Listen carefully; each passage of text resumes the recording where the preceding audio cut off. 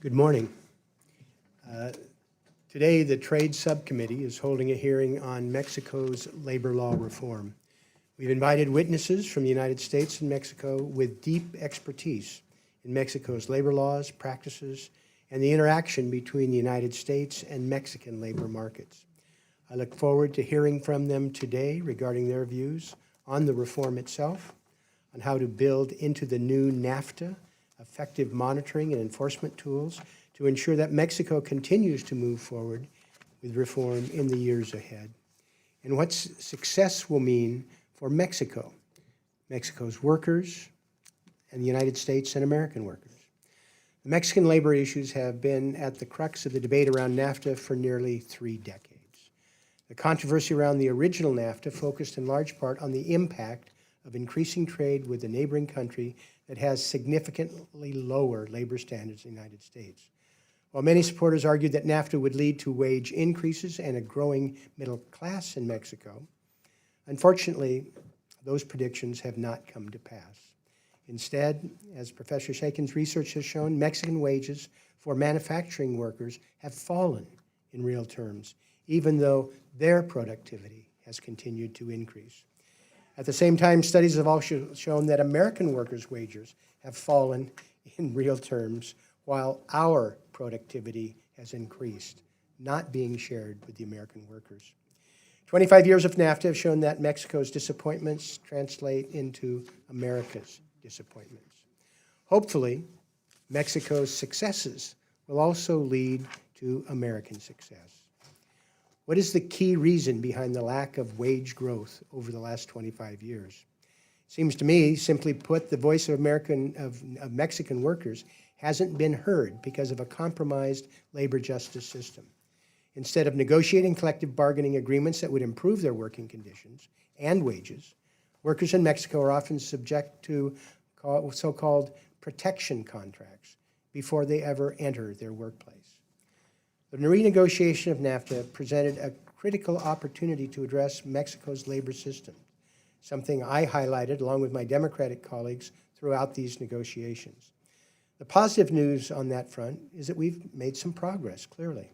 I applaud Ambassador Lighthizer for negotiating a Mexico-specific labor annex that lays out the changes that Mexico needs to make in its labor justice system and achieve compliance with the labor chapter's standards. I also applaud the Mexican government for passing labor reform legislation that appears at the moment on paper to be consistent with that annex. All of these actions are positive steps, but we're only part of the way there. We've seen our negotiating partners pass new labor laws and make promises about seriously implementing reform after agreements take effect. But I've been disappointed with the results in Colombia, Honduras, and Guatemala, to name a few. At the end of the day, in each of these countries, despite the fact that we've entered into trade agreement that requires the countries to meet higher standards for protecting worker rights, workers still struggle to exercise basic labor rights in the workplace. In those instances, we have not had effective monitoring and enforcement tools into the agreements to ensure that the country lives up to its agreement. We're in the same position today with the renegotiated NAFTA. Mexico has just passed historic labor law reform. The testimony from our witnesses today highlights how significant those changes are and how difficult it will be to fully implement them. If we were to pass the NAFTA agreement in its current form, we would basically have to take Mexico at its word or rely on a broken state-to-state dispute settlement mechanism that hasn't been effective, where U.S. government has tried to use it and has never been used to enforce labor obligations. The challenges presented by Mexico's labor reform suggest the new NAFTA does not contain adequate tools to ensure that Mexico's labor reform stays on track. But we don't think failure is an option, nor is giving up. We are committed to replacing NAFTA with a substantially improved agreement. House Democrats are now engaged in improvements that we need creative monitoring and enforcement tools to provide the certainty that labor standards will be respected in Mexico. The renegotiated NAFTA presents a rare and valuable opportunity for the United States, one that is too important to rush. We have a chance to raise living standards across the continent rather than leading to a race to the bottom on who can make goods with the lowest labor costs. We have called today's hearing as part of Democrats' good faith effort to engage with the issues presented by this agreement. I look forward to continuing the engagement with stakeholders and the administration. With that, I would recognize the ranking member, Mr. Buchanan, for an opening statement. Mr. Chairman, thank you for holding this hearing on Mexico labor reforms. And I thank you, all the witnesses today, for taking your time and being here. I'm pleased to have this opportunity to discuss the historic and significant nature of the Mexico new law and its next step for implementation. I believe that Mexico is firmly committed to implementing this new law and passing USMCA. Will help us ensure that Mexico faithfully implements these new reforms, leveling the playing field for American workers. First, I want to congratulate Mexico for being the first country to ratify USMCA. It's a 21st century trade agreement that sets new standards and high standards so that our companies and workers can compete and win globally. I am a strong supporter of USMCA because it modernizes our trade relationships with our closest trading partners in a smart, effective, and seamless way. That includes areas like agriculture, services, intellectual properties, digital trade.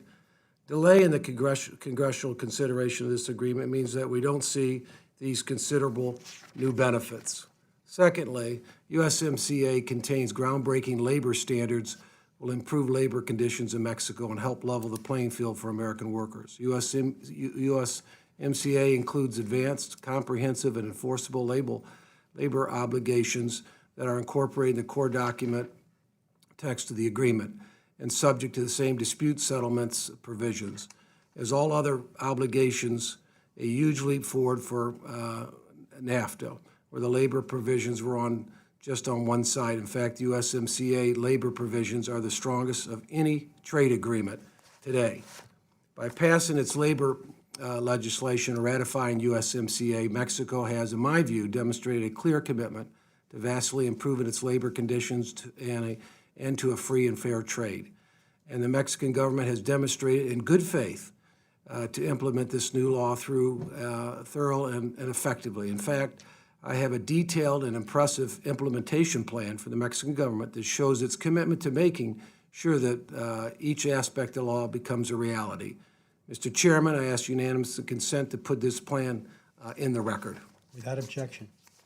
Mr. Chairman, I also suggest that we should hear directly from the Mexican government on its plans. I have invited the Mexican ambassador and any appropriate officials from her government to brief us on a bipartisan basis. There's no question that implementation in terms of these reforms will be a huge undertaking for Mexico and can't happen overnight. But that's precisely because the new laws are so transformative. Mexico should not be punished for its ambition. Instead, the United States must stand ready to assist Mexico in ensuring that these new laws are implemented. Put simply, there's no substitute for passing USMCA. Every moment of delay from Congress means that American workers, farmers, and businesses lose out on the benefits of this agreement and lose the ability to hold Mexico accountable to these new labor rules if needed. USMCA presents an opportunity to update our most vital trade relationship so that they work well for all Americans. It's also an opportunity to ensure that Mexico follows through with its commitment to drastically improving labor conditions, which will help level the playing field for American workers. Chairman, I look forward to working with you closely to achieve strong bipartisan support for USMCA as quickly as possible without delay. Thanks again for calling this hearing. And my thanks to the witnesses for taking the time for being here today. I yield back. Thank you. We do indeed have a distinguished panel of witnesses here today to discuss these important issues of shaping trade and other economic policies to support workers. First, I would like to welcome Joyce Sadka, a professor and researcher at Instituto Tecnológico Autónomo de Mexico. Following Ms. Sadka will be Gladys Cisneros, who is the Mexico Country Director for the Solidarity Center. We will hear then from Harley Scheiken, who is a professor and director of the Center for Latina American Studies at the University of California at Berkeley. And finally, we would welcome Kathy Feingold, the International Director of the AFL-CIO. Each of your statements will be part of the record in its entirety. We'd ask that you'd summarize your statement to be 5 minutes or less. To help you with the time, there's a little timing light on the table. When you have 1 minute left, the light will switch from green to yellow, which is a signal to wrap up, and finally red when the 5 minutes have elapsed. Ms. Sadka, would you please begin? And turn on your microphone if you haven't. Yeah. Great. Thank you. Thank you very much for inviting me to present testimony. For the last 15 years, I've studied the enforcement of individual and collective labor rights in Mexico and have tested policies to improve enforcement. The results of this research have motivated several features of the new labor law. The Mexican labor market performs poorly in many ways, including wages that are much lower than productivity, and this is likely due to poor enforcement of labor rights. The data show extensive failures to enforce. In the Mexico City Labor Court, lawsuits take over 3 years, although the law mandates less than 4 months. Settlement levels are very low by international standards. More than half of judgments favorable to the worker are unenforceable. The typical worker is uninformed about her rights, has access to poor quality legal services, faces high levels of uncertainty in the courts, and receives substantially less than the minimum severance pay. Meanwhile, at the collective level, most collective bargaining agreements are really employer protection contracts. I carried out principal component analysis on a representative sample of federal-level CBAs and found that 76% of them were highly likely to be sham. Is Mexico's new labor law well designed to change this reality? I believe so. The reform moves labor justice to state and federal judiciaries, creates a compulsory conciliation stage, institutes personal voting procedures to ratify CBAs. If implemented as written, these will be big steps towards improving the bargaining power of workers in Mexico. Besides complying with the constitutional reform in labor law and with the free trade agreement, there are signs of a real commitment to apply this law. First, the law was negotiated and passed with an unprecedented level of participation from all sectors. And as such, it represents a new and radically different agreement at the national level on how to regulate and enforce labor rights. Second, the law addresses many issues beyond what the constitutional amendments or the treaty require, such as revamping notifications, mandating interoperable databases to verify the representativity of unions, modernizing and streamlining lawsuit procedures, and instating more effective enforcement of court judgments. Implementation plans are just as ambitious. The timeline allows for a total of 4 years for full implementation, putting this reform squarely within the current presidential administration. Some of the most important deadlines are 45 days to set up an interinstitutional council for coordinating the implementation, 90 days to produce a protocol for the verification of union elections, and 6 months to pass the organic statute of the Federal Labor Conciliation and Registration Center. Within 3 years, all new state-level institutions start operating, and within 4 years, they must be operating at the federal level. Finally, within 4 years, all CBAs in the country must be revised. This transition is complicated due to its volume, with 1 million open lawsuits and more than 500,000 collective bargaining agreements. It requires close cooperation between branches of government and between the federal and state level, where state capacity is often quite lacking. The reform is also technologically challenging. The new law calls for online and electronic procedures, intelligent case management and assignment systems, sophisticated web pages, secure mailboxes, and interoperable databases across institutions. The law came into effect 54 days ago. The Council for Coordination was installed early, by day 30. It approved internal bylaws and a national strategy proposing staggered implementation of courts and conciliation centers in a group of states each year. The strategy calls for the creation of indicators to measure progress and quality and requires a public progress report from the Secretary of Labor each 6 months. This is a good reform, and there are convincing signs of strong willingness to implement it. But implementation is complicated, especially in a difficult economic scenario and with severe cuts in public spending. monitoring as well as aiding in the transition, especially in the development and use of specific milestones and indicators, may be crucial to the success of this reform. Thank you.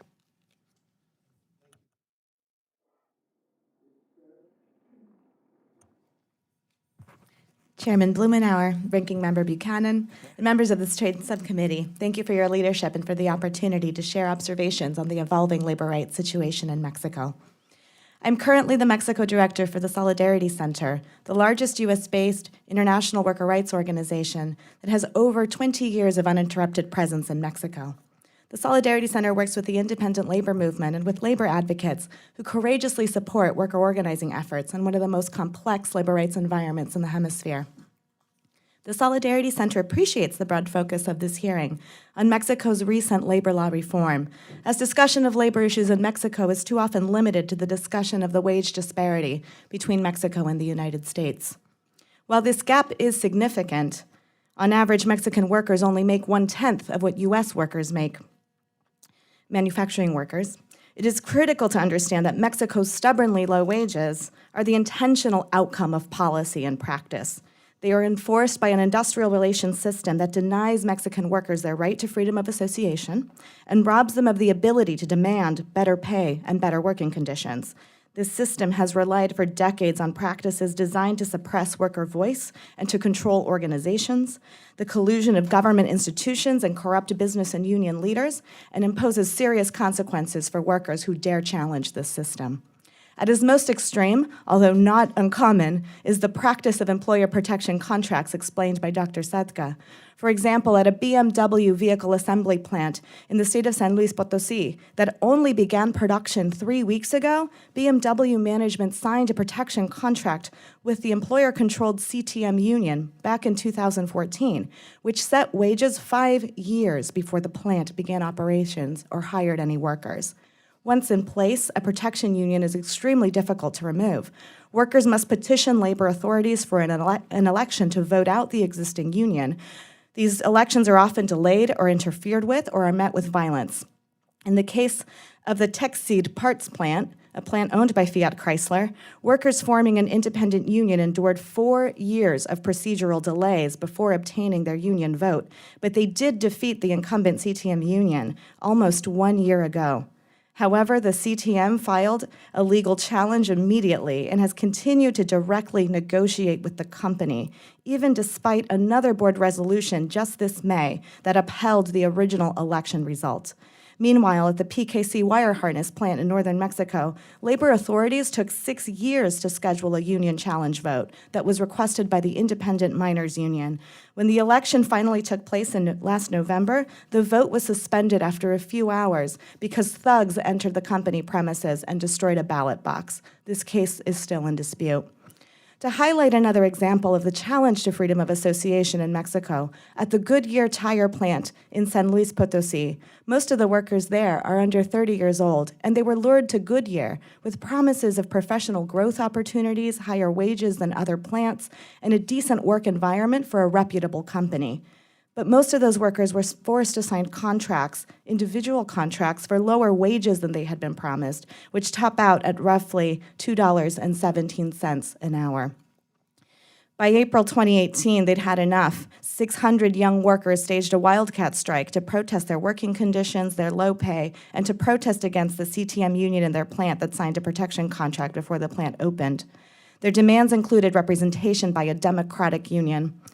Although the management ultimately agreed not to retaliate against these workers, 2 months later, the company proceeded to hire a union-busting law firm and fired 57 workers it identified as strike leaders. None of these workers have been reinstated. Workers reported that the plant managers that day allowed CTM goons into the factory to intimidate the workers, and labor authorities have done nothing to help them. These cases, many of which are ongoing, illustrate how deeply entrenched the protection union model is in Mexico. Mexico has moved in the right direction with its labor reform. Workers, for the first time, will get to directly elect their union officers, and they will now ratify their collective bargaining agreements, all through secret ballot votes. Union elections will be subject to tighter timelines. Jurisdiction over labor disputes will move to independent courts, and the problematic tripartite labor boards will be replaced. But reshaping labor institutions steeped in malpractice and replacing them with new structures will require major investments in time, financial, and human resources, which have not yet been budgeted. Employers and employer protection unions are already fighting back. In fact, almost 100 legal constitutional challenges, mostly at the state level, have already been prepared by CTM-affiliated unions.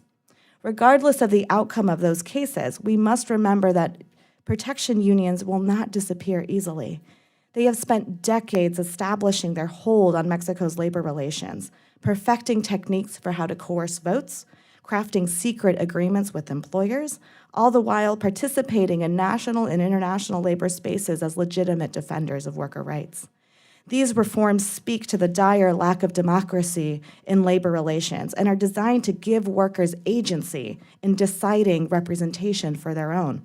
If this labor reform is to succeed, it not only needs proper technical assistance and financial resources to be distributed, but it needs to place the workers in their workplaces who live this reality day in and day out, to put them at the center of implementation. Thank you. Thank you, Chairman Blumenauer, Ranking Member Buchanan, and members of the committee. It's an honor for me to be here, and I'd like to start by saying I believe that a vibrant trade relationship with the United States and Mexico is vital for both countries, and a new trade agreement is a real opportunity. We need rules of the game to govern trade. But what is critical is that the gains of trade be also shared by workers and communities in the United States, from Stockton, California, to Flint, Michigan, to Buffalo, New York. NAFTA channeled those gains largely to investors and corporations. It was painful for far too many workers and communities. Economist Joe Stiglitz, in his new book, flags a critical problem we face in the United States that NAFTA has made worse. Quote, stagnant or declining wages at the bottom, an eviscerated middle class, and top wages that are soaring, end quote. The central issue for considering USMCA, in my view, is labor, the impact of plant location and outsourcing in Mexico on U.S. workers' jobs and wages. Manufacturing workers are directly in the line of fire, but all workers, from nurses to teachers to service workers to government employees, are impacted. I'd like to briefly touch on three themes: Mexico, the United States, and the agreement. First, Mexico. Trade multiplied sixfold under NAFTA, but this growth was fueled by a destructive labor paradox. Workers have produced more and earned less under NAFTA. Why? Two forces: no labor rights in the export sector, nearly impossible for workers to form unions, and government policy to suppress wages. As a result, Mexican wages are now below China and among the lowest manufacturing wages in the world. To give a sense of what this means, a senior auto worker in Flint, Michigan earns $30 an hour. A senior auto worker in Ramos Arizpe, Mexico, under General Motors, earns less than $3 an hour. Is it much of a mystery why Lordstown is being shuttered and why some of that production will be going to Ramos Arizpe? There's a possibility here for all to gain, but not under the current rules. The auto sector is particularly critical because it's about a third of total exports. Second, this dismal picture is also a U.S. story. These aren't simply low wages, they're suppressed wages. In a highly linked economy, it serves as a magnet for investment and leads to shuttered factories and shuttered communities in the U.S. In the auto sector under NAFTA, last year we had a $95 billion trade deficit, the largest U.S. trade deficit in this sector in the world, more than our deficit with Japan and South Korea combined. That reflects this distorted trading relationship, and it's in no one's interest. Finally, a new trade agreement must benefit U.S. workers and communities, and a clear route to doing that is to ensuring that Mexican workers no longer have suppressed wages. Two critical changes in the USMCA, in my view, are essential prior to ratification. An improvement in the labor language and more effective enforcement, and most fundamentally, demonstrated reform on the ground in Mexico in the export sector. The Mexican government has shown a real commitment and done impressive things. The forces against change are already ferocious. To gain leverage for Mexico to ensure reform actually takes place, pausing ratification until it is demonstrated in the export sector is essential. Thank you. Thank you, Chair, and good morning. On behalf of our 55 affiliates representing more than 12.5 million working people, the AFL-CIO appreciates the opportunity to offer our comments this morning. As the International Affairs Director at the AFL-CIO, I have overseen many of the Federation's submissions under labor provisions of FTAs, from submissions under NAFTA's side agreement to submissions concerning Guatemala, Bahrain, Honduras, and Colombia. I have witnessed firsthand the ineffectiveness of our current labor enforcement model and how it fails workers. Workers who dare to speak out and await justice often face increased violence, harassment, and blacklisting in their sector. Over the course of 25 years, the AFL-CIO and other interested parties have filed approximately 40 complaints under NAFTA's side agreement, and none of them went beyond ministerial-level consultations. There are still 5 non-NAFTA cases that are open and pending. The Guatemala case was the only case to proceed to dispute settlement in more than 24 years. The decision took 9 years from the filing of the submission and underscored the weakness in our ability to enforce labor provisions and bring justice to workers.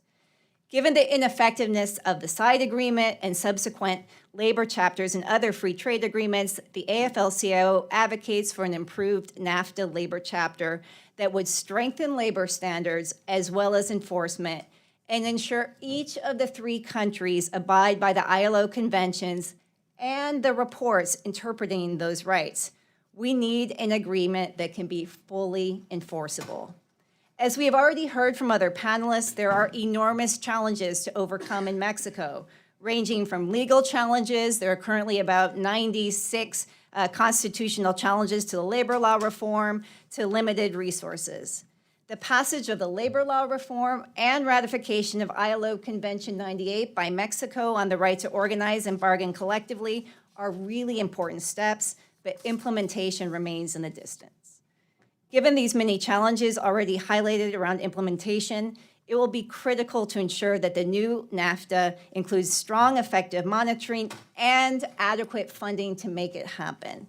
Yet the proposed new NAFTA relies on many of the same flawed enforcement mechanisms of previous FTAs, including the ability of parties accused of violating their obligations to block the dispute settlement process from advancing by refusing to reach consensus. This problem had already been resolved in later FTAs, so its reemergence in the new NAFTA represents a major retreat in the fight to ensure effective enforcement. Additionally, under the current model, a party must demonstrate that a violation was committed through, quote, sustained or recurring course of action or inaction in a manner affecting trade or investment between the parties. This, again, remains in the current text of the new NAFTA and has proved insurmountable in the U.S. versus Guatemala case, the only case ever to have been arbitrated under the labor chapter. We must learn from the failures of the U.S. versus Guatemala case. Therefore, we strongly recommend the removal of footnotes 8 and 11 that contain this language. The labor obligations in the new NAFTA must also be supported by an independent enforcement mechanism with innovative tools and penalties to change the culture and promote a strong commitment to the protection of worker rights. All parties should work together to develop a model that would allow for the inspection of facilities suspected of violating labor standards and apply penalties for violations. Workplace inspections could be conducted in industries that are widely known for labor violations, including agriculture, mining, manufacturing, along with entities in the production chain, exporters of services, and their subcontractors.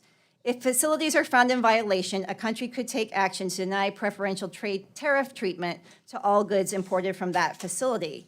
Now, this is a really important step, but many products already have very low tariff rates, so we really need to look at further consequences. That's why we believe that any good found in violation of a trade agreement, not just a violation of forced labor, should be denied entry at the border.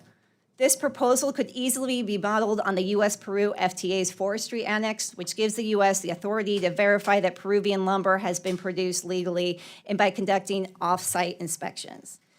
U.S. Senators Sherrod Brown and Ron Wyden are currently working on a comprehensive proposal that contains many of these recommendations, and we both support and appreciate their efforts. We also see this initiative as complementary to a text that includes strengthened language on labor standards and enforcement. We have a unique opportunity to get it right this time. We look forward to working with you. Thank you very much.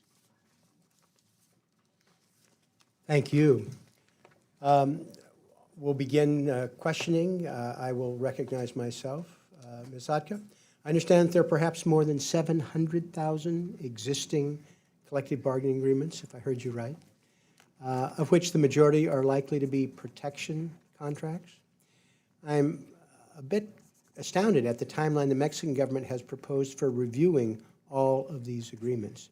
If I understand correctly, the government hopes to identify all of the existing agreements in the first year and a half, and then use the remaining portion of the four-year timeline to ensure that each agreement is subject to a free, personal, and secret.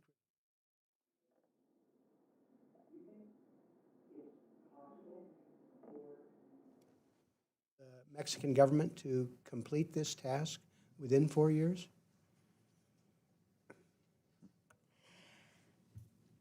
I think it's possible, very difficult.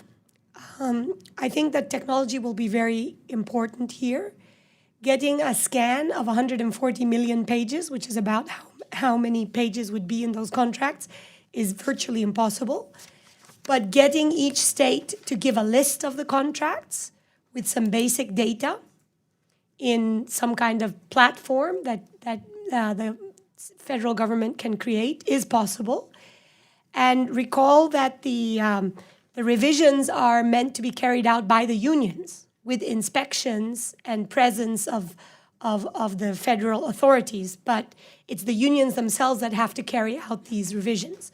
So if they don't carry them out, their contracts will be extinguished because they will not have been reviewed on time within the 4 years. Thank you. Mrs. Cisneros, I understand that in addition to your time in Mexico, you spent part of your career focusing on labor rights in Colombia. I have significant concerns regarding our track record on labor rights under the FTA in Colombia. They've made some positive changes at first, but still not in compliance with labor obligations and may have even taken steps backwards in recent years. Colombia still remains an incredibly dangerous place for union organizers and workers. Can you discuss the effectiveness of the enforcement tools under the U.S.-Colombia Free Trade Agreement when it comes to labor? Can you talk about whether enforcement through the FTA's mechanisms or a 301 investigation could make a difference even now? And what would you make of the fact that this administration and the USTR has failed to bring an enforcement action against Colombia on labor?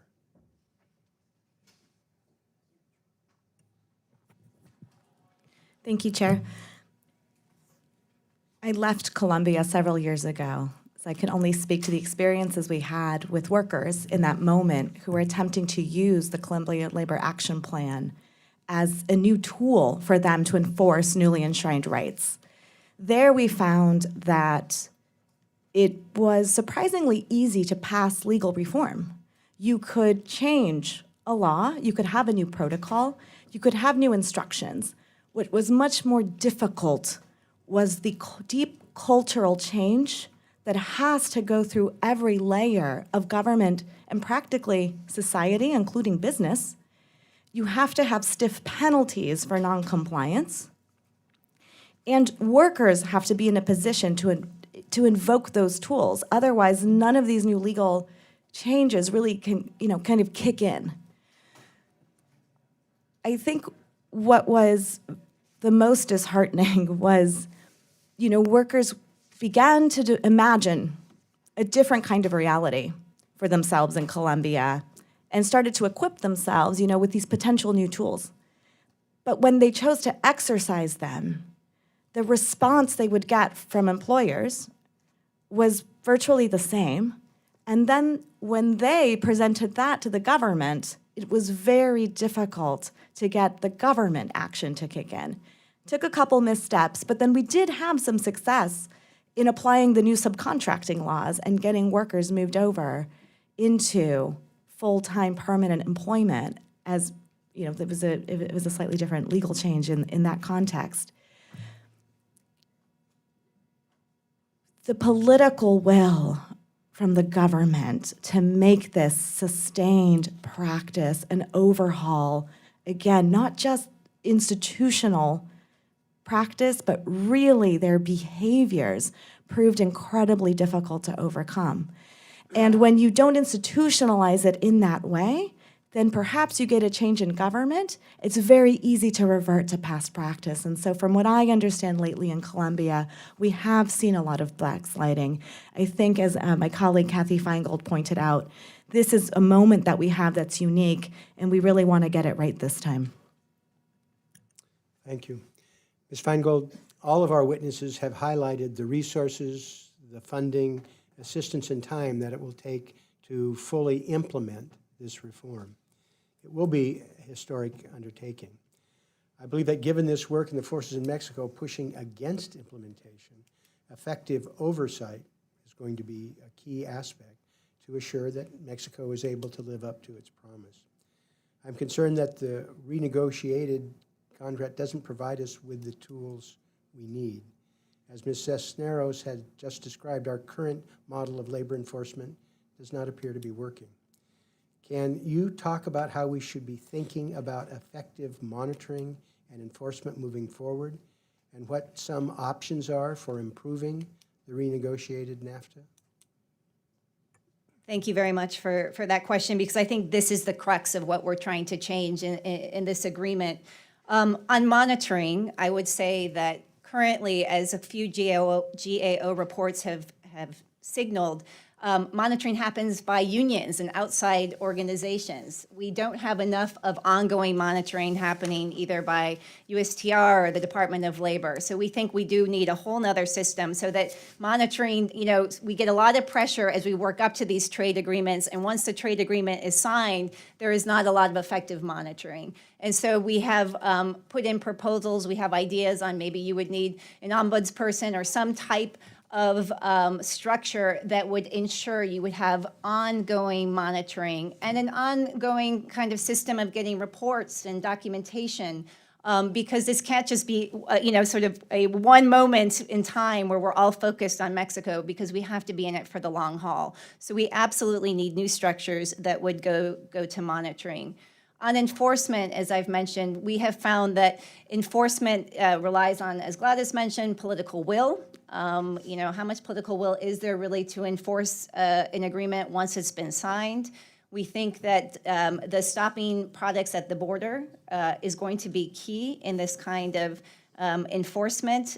For many companies, a tariff, if they only have about 2% tariff, that would not be a particularly large consequence if a product is found being made in violation of our trade agreement. So we need to be experimental. We need to try new forms of enforcement that really lead to consequences. There has to be a consequence. If you are supporting thugs to go in and undermine a union election, if there is violence in your plant, if there is discriminatory practices, we have found time and time again that this is just incorporated into the cost of doing business, and that businesses often, don't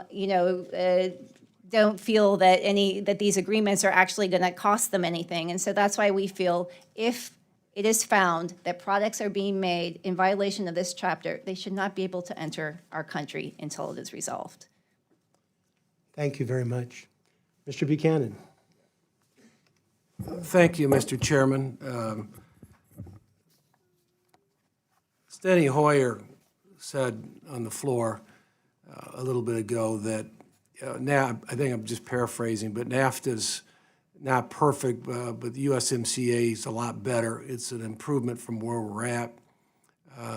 You mentioned, Professor, that someone from Mexico makes $3 an hour and someone from Flint makes $30 an hour. I grew up outside of Flint. My uncle worked at Buick for 30 years, was active in the union. My parents both worked in the unions for 30 years, my father anyway. But those were hard-fought battles over a lot of years in the U.S. We're talking about Mexico. We're not talking about Canada. So in some ways, I want to say this in the right way, we need to get real. They've got real challenges. My sister lives in El Paso, other side Juarez. They've got big, big challenges. To think that you're going to fix and get all this dialed in, anything close to what we have, it's going to be a long time. However, I think there is progress that can be made.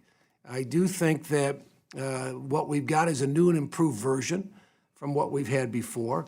I'm looking at their implementation schedule. I don't know how someone mentioned 700,000 agreements that got to be worked through. They're going to have funding where they're actually cutting expenses in the country.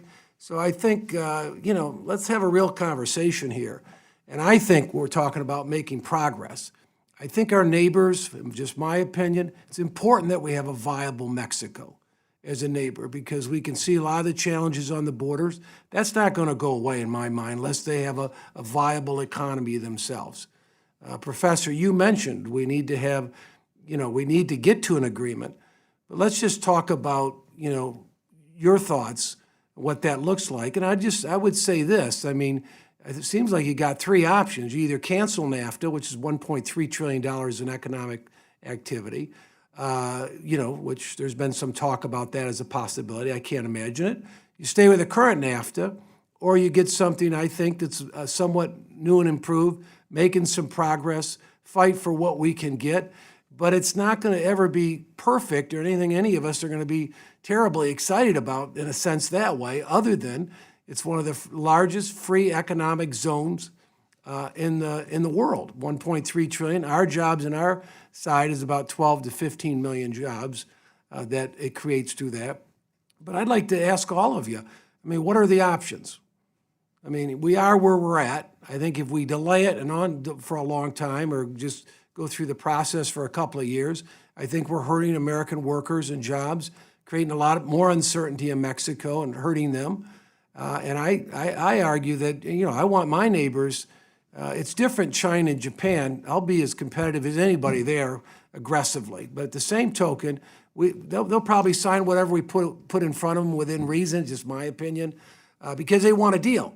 I met with the Mexican ambassador. They need this deal, as maybe Colombia did and Panama did. South Korea, that's a different scenario. But the bottom line is, I want to get your thoughts, in terms of, where we're at. I think what we're talking about is making, I think, substantial progress. But again, so when I say being real, I'm not trying to insult anybody. I'm just saying we are where we're at. You're not going to move $3. They said something about 17.2% increase. You're going to pick up 50 cents. It's a long ways from someone in Flint or Detroit area making $30, $35 with benefits. So let me ask you, Professor, you mentioned we need to get, ideally, I'm paraphrasing, to an agreement. But at the same token, what's your thoughts on what that agreement looks like and how long that takes? Because I think there's also a fact of uncertainty in leaving this thing just set out there for a long time. So you want to respond to that? Congressman Buchanan, I think you're raising some excellent points. It's essential we be focused on something that could actually happen. Before, I thought you spoke very well about the commitment of the New Mexican government to reform.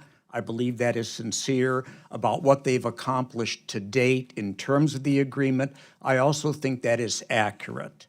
There's no way under any scenario that $3 an hour is going to go to $30 an hour in the next 4 years, the next 20 years perhaps. The issue is beginning to link in Mexico rising productivity to wages going up versus down. That's what directly impacts workers in the U.S. What I'm proposing is reluctantly, but I believe it's the only clear path to ensuring the reform translates from what has been said and what has been accomplished, very meaningful, but on paper, to something that happens on the ground. The leverage that we have to influence that is prior to ratification. This is the single most important issue in Mexico today. It will not be the moment the agreement is ratified. It doesn't mean that anyone in the government is insincere when it comes to this, but the only actor that can truly produce reform is the Mexican government, and by waiting until in the export sector, here we're talking about 2 years perhaps significantly less, some demonstration. Professor, thank you. He's telling me it's time's up. I yield back. We're used to 3-hour time blocks. Okay. Mr. Pasquarello. Thank you, Mr. Chairman. 25 years after, and still counting, NAFTA's passage, we know the system failed to improve labor standards. It failed to break the most, and I would say the most collusive and corrupt relationship between labor management and the government of Mexico. But I heard none of the witnesses talk about the pinnacle of the Bermuda Triangle. It was not just the Mexican government and these protection unions. And by the way, it's not just the majority, it's 93% fall under that. Independence is not in the labor movement in Mexico. The third part of the triangle are corporations, because they made the deals to begin with, not only from the United States, but from other countries in Mexico. So we need to lay it all on the table. We know poor labor standards have led to a tremendous amount of outsourcing of American jobs. It's not immigration that put people out of work. It's the deals that were made to keep the Mexican worker not even down on the farm. Not even down on the farm. And so our relationships, not only in industry but in agriculture, have collapsed. So you can pass all the legislation you want, because there were certain things in the first NAFTA that said you're going to have to do things this way so that everybody gets a fair shot. That didn't happen, right, Professor Shakin? It did not happen. So we know the chronology of NAFTA negotiations. Started over 2 years ago. Didn't just happen last week. And there's a major problem. I was more optimistic 3 months ago than I am now of getting to yes. And some people say, we want to get to yes any way we can. They don't add that, though. Any way we can. I'm pleased that Mexico passed new laws, but they need to be implemented. You folks know it better than us. We need to know real change is underway. Not unlike the Peruvian trade deal, when Peru made some changes, they've gone back on some promises themselves since. But I think it was a good model to look at. And the May 10th agreement still stands, in my mind, as a protocol that we can look to and get to some conclusions. That's my opinion. We do have some positive signs, but everyone singing from the same hymn sheet doesn't mean to be on key when the vote comes up here. We heard again today that the most optimistic scenario for implementing the labor reforms will take longer than the ambitious 4-year timeline Mexico gave itself. So let's look at that.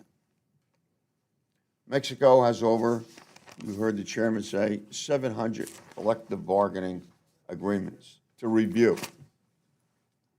They're likely negotiated without workers' knowledge or input, just as the original contracts, and do not provide for any rights beyond minimum legal standards. That's what it is. Take a look at it, read it.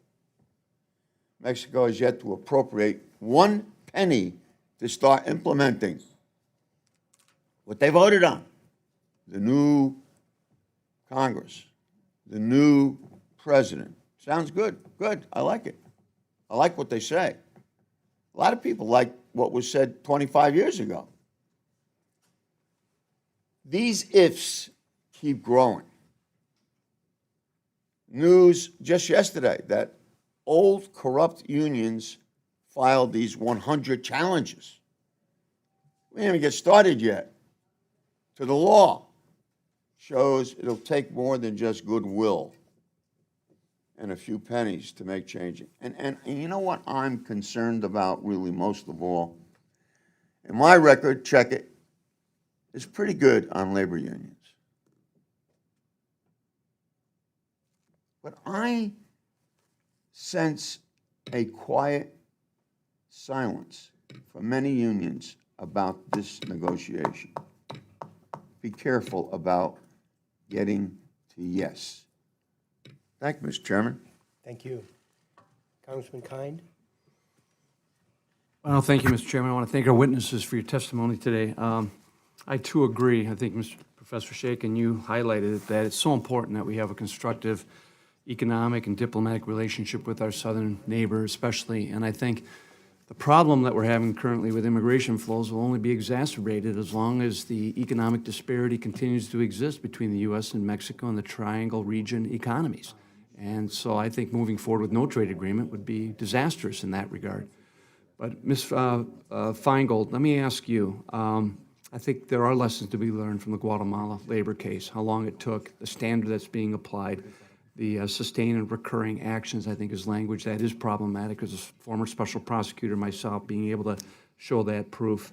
And footnotes 8 and 11 are something that we're going to, but another problem that we've seen throughout the history of these agreements is the panel blocking issue. Is there a way that we can best address that? Because I think this agreement falls short as far as correcting that.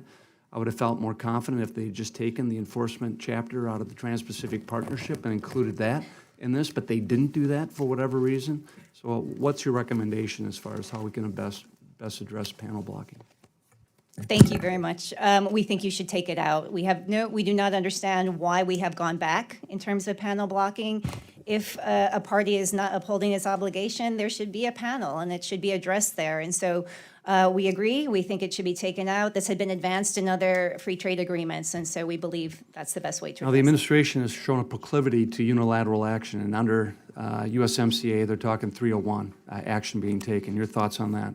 We do not think that's the appropriate path to addressing the issues in Mexico. Well, some of us worked hard in the Trade Enforcement Act to get included in it the prohibition of imported goods based on forced or slave or exploitation of child labor. Why do you think that provision, the tools that we've been given administrations now, aren't more aggressively utilized? We've had some success in blocking certain Chinese products, but why aren't we looking at the Trade Enforcement Act as a potential enforcement mechanism?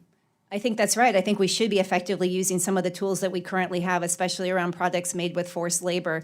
But again, it goes back to the resources, the political will, and that this is going to take an actual structure to make it happen, to make sure that people at the border feel empowered, that there's actual monitoring going on in facilities. And so I think we have some existing models. They haven't been implemented in the way we'd like to see it. I think now is the moment to take those models and make them actually work. Well, I'm glad you raised the resources issue. I've been raising the alarm in regards to the administration's budget request that they submitted, especially the impact on the Bureau of International Labor Affairs. That is the entity at DOL that's in charge of monitoring and enforcing labor violations. The administration's budget cut it by $48 million, from $67 million to $19 million. Should that engender much confidence in us that we have a current administration that even cares about labor enforcement and will do an adequate job if we move forward on this agreement? The AFL-CIO actually has joined with our business, the USCIB, to say very vocally that this is a huge problem. We have to make sure that ILAB is properly funded, not just properly funded, but given the challenges that we're hearing about Mexico, we need increased resources at ILAB, and we need increased resources, I should say, at the Department of Labor. We're going down with wage and hour.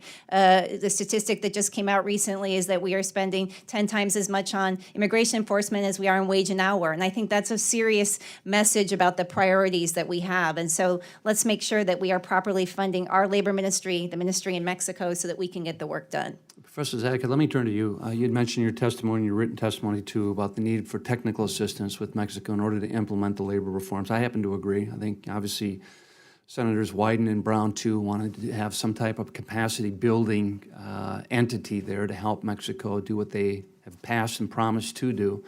What would that look like, and what should our ask be of the administration to embrace that role?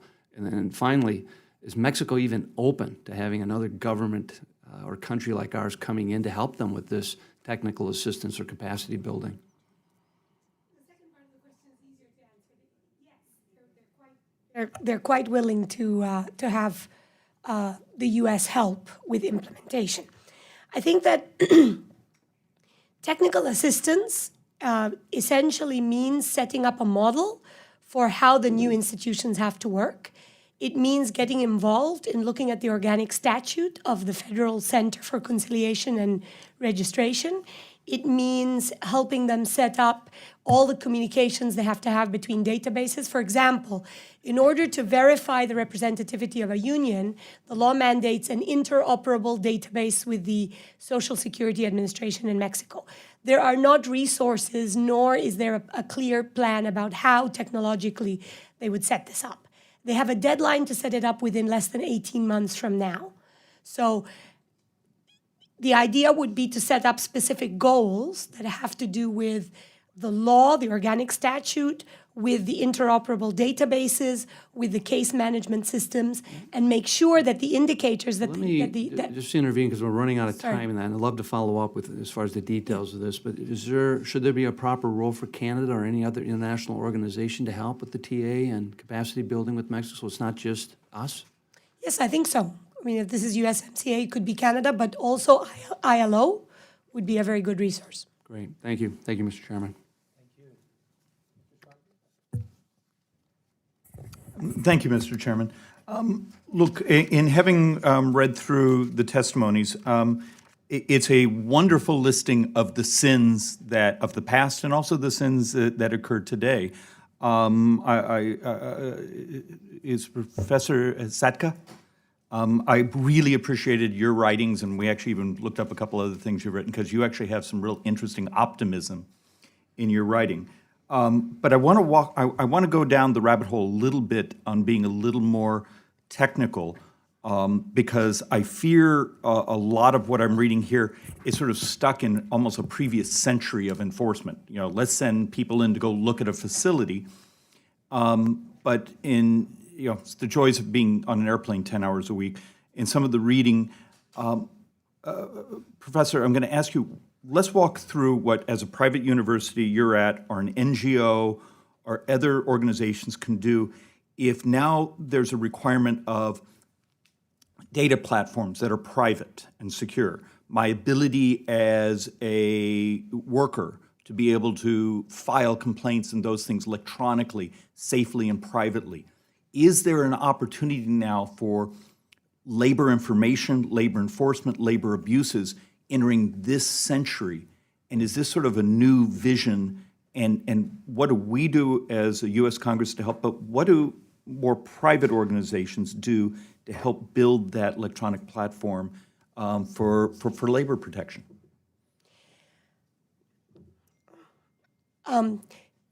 So private universities and NGOs and civil society in general have been doing work on this in Mexico. I have developed myself components that will have to be part of this case management system and electronic database system. Of course, it has to be done at a much larger scale, but I think we already have a lot of the elements of the design. And I think that it is true that monitoring has to become modern. And I think there are ways to certify these kinds of systems today. So when you have an electronic case management system, not only does the system produce data, but it can also be monitored, it can be certified. The safety of mailboxes and notifications can be... Can you actually explain, because I think that's important for everyone to understand the concept of a secure mailbox, to be able to file something or to document. We walk everyone through that concept. Yeah, so the law says that all conciliation centers and the labor courts have to create and use secure mailboxes for each of the parties. And that means that after the first summons or notification takes place, all other communications with the parties happen online.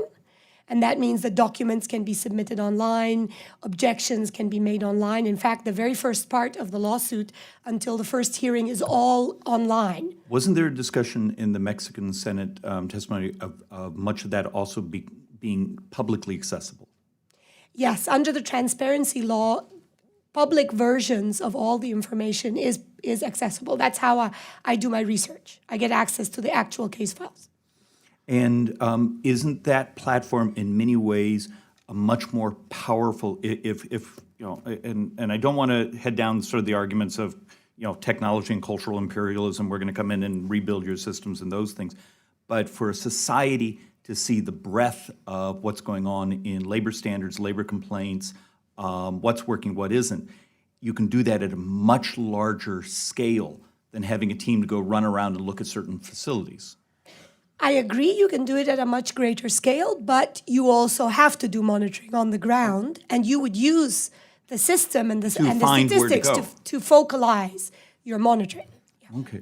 Mr. Chairman, look, particularly reading the documentations of, we'll call it the abuses of the past, I think there should be almost a bit more joy that there's almost a revolution happening in this area. I will ask all of us to be a bit more forward-thinking of, do we sort of step back into enforcement models that we've used for the last multiple decades, and then we come here and complain that they're not working? Or maybe there's actually a moment here where the use of data and technology and openness and transparency is actually our solution. And with that, I yield back, Mr. Chairman. Thank you. Congressman Kildee. You were here first. Oh, okay. Thank you, Mr. Chairman. You'll be followed by Mr. Panetta. Okay. Oh, I'm sorry. No, Dave, yeah. Congressman David. I'll yield to Congressman Davis. Hit me in the head. I'm sorry, Dave. You could get a lot of volunteers for that work, you know. Yes, get in line. Well, Sorry, Daddy. thank you very much, Mr. Chairman, for calling this very important hearing, especially as it gives us the opportunity to review some of the complexities of what becomes any NAFTA agreement. And so I think we're going to hear recurring themes. Ms. Feingold, I noted several months ago in the AFL-CIO Executive Committee statement and in the Labor Advisory Committee report that preceded it that it is the view of the U.S. labor movement that the labor standards in the revived NAFTA text, signed on November 30, retain some of the flaws of past U.S. trade agreements and thus will not result in real improvements in workers' wages or conditions. Given the labor terms in the United States, FTAs have been premised on the same language since 2007, the May 10th deal on strengthened labor standards made between congressional Democrats and then President George Bush, and have not resulted in any successful enforcement actions. Can you describe what elements of the existing text require improvements if the new agreement is to provide meaningful standards, and if those standards are going to be truly enforceable? Thank you very much for that important question. We believe that the current language, which includes a reference to the ILO declaration, we would like to see the actual conventions and the actual case law that goes along with those conventions as being used in our agreement. It's more specific. It lays out what freedom of association actually looks like, what the commitments under Convention 98, like what Mexico just ratified, would actually look like. And so we think that would be an important step forward. Again, in terms of enforcement, I think it goes back to, once you've signed a piece of paper, that does not, there's a huge gap still in Mexico after they've signed commitment to uphold Convention 98. So it's a process of making sure you've got your own laws in compliance with those ILO conventions, making sure you've got the ability to enforce it. We've heard about the challenges to enforcing freedom of association, and so it goes back to some of the previous conversation we've had about how you actually would enforce that, and I think it gets to the transformation of the industrial relations systems in Mexico.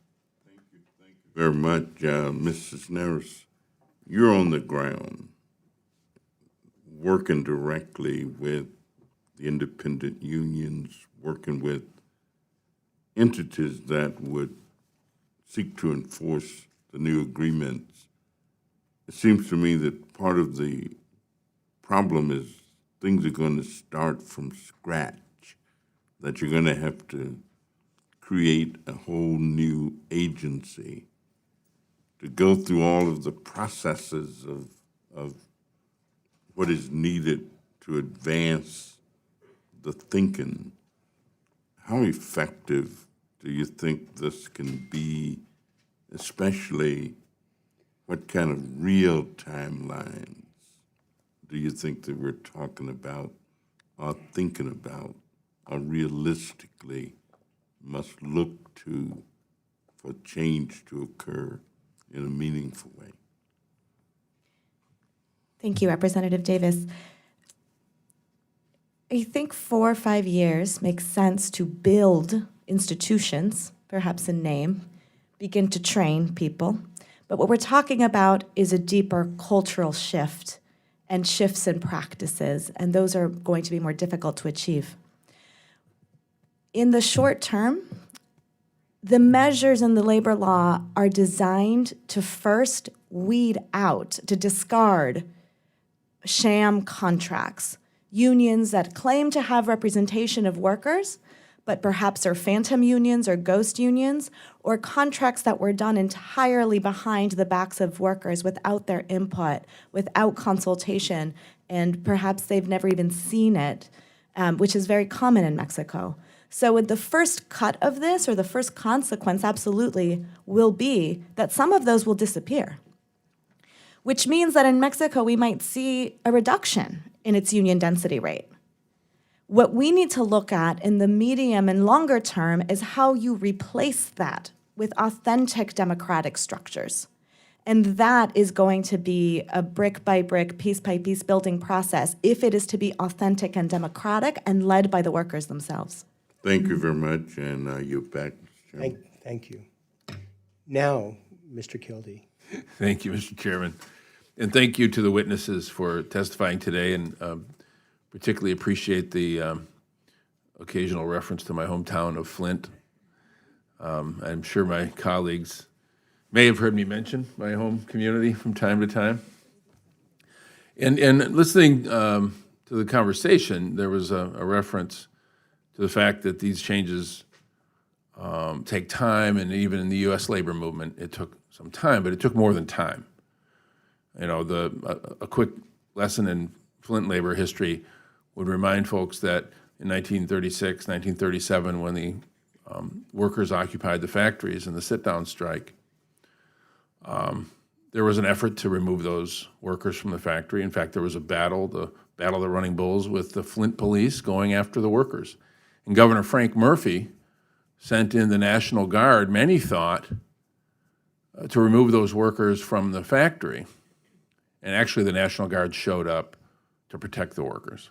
My point is that it takes more than just the letter of the law. It takes a government that is willing to take significant steps to enforce the laws on the books. And in the case of the 1937 sit-down strike, February 11, when we finally got that agreement, had it not been for the fact that Governor Frank Murphy, who later ended up on the U.S. Supreme Court, by the way, sent in the National Guard to protect those workers, took decisive action. So what I'm concerned about is not just what it says in the letter of the law, but what the commitment is of the government to take the steps that are required in order to enforce the law and to protect workers. So I guess, starting maybe with Mr. Shaken, if you could comment. When Ambassador Lighthizer was before us, I asked him about working with us to help protect American auto workers. Absent additional either language in an agreement or additional measures, how much confidence do you have that the agreement as written would protect American auto workers? That the agreement as written would.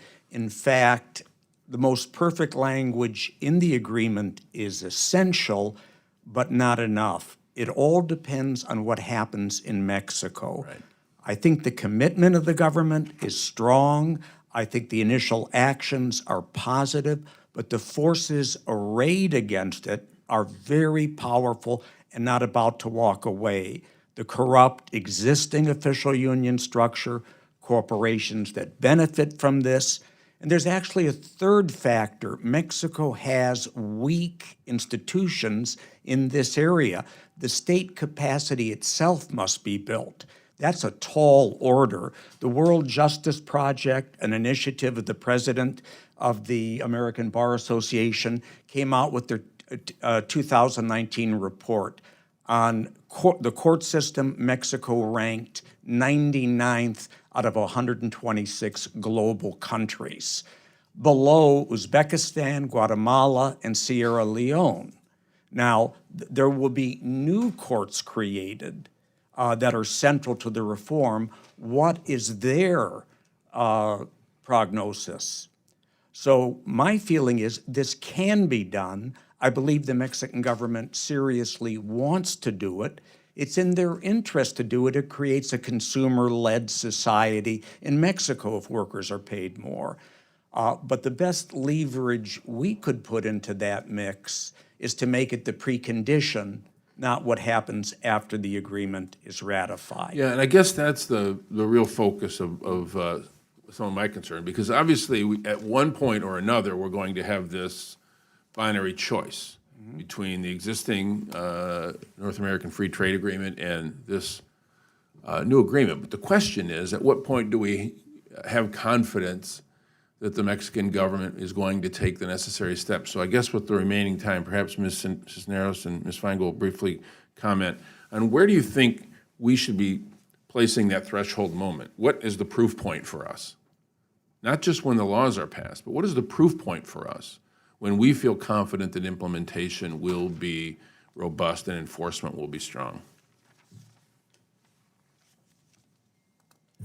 Because so much of this centers on precisely that political will, it is our belief that there are current cases, some of them I outlined in my testimony, where the government could very positively intervene to send the right kind of messages and begin to have a more proactive approach to how it will enforce freedom of association. Workers need to be able to bargain to change the rules of the game in Mexico. So if they were to take a serious look at some of those outstanding cases and apply some of the current law mixed with some of the new provisions, that could set a very important precedent for how this moves forward. Thank you. Thank you.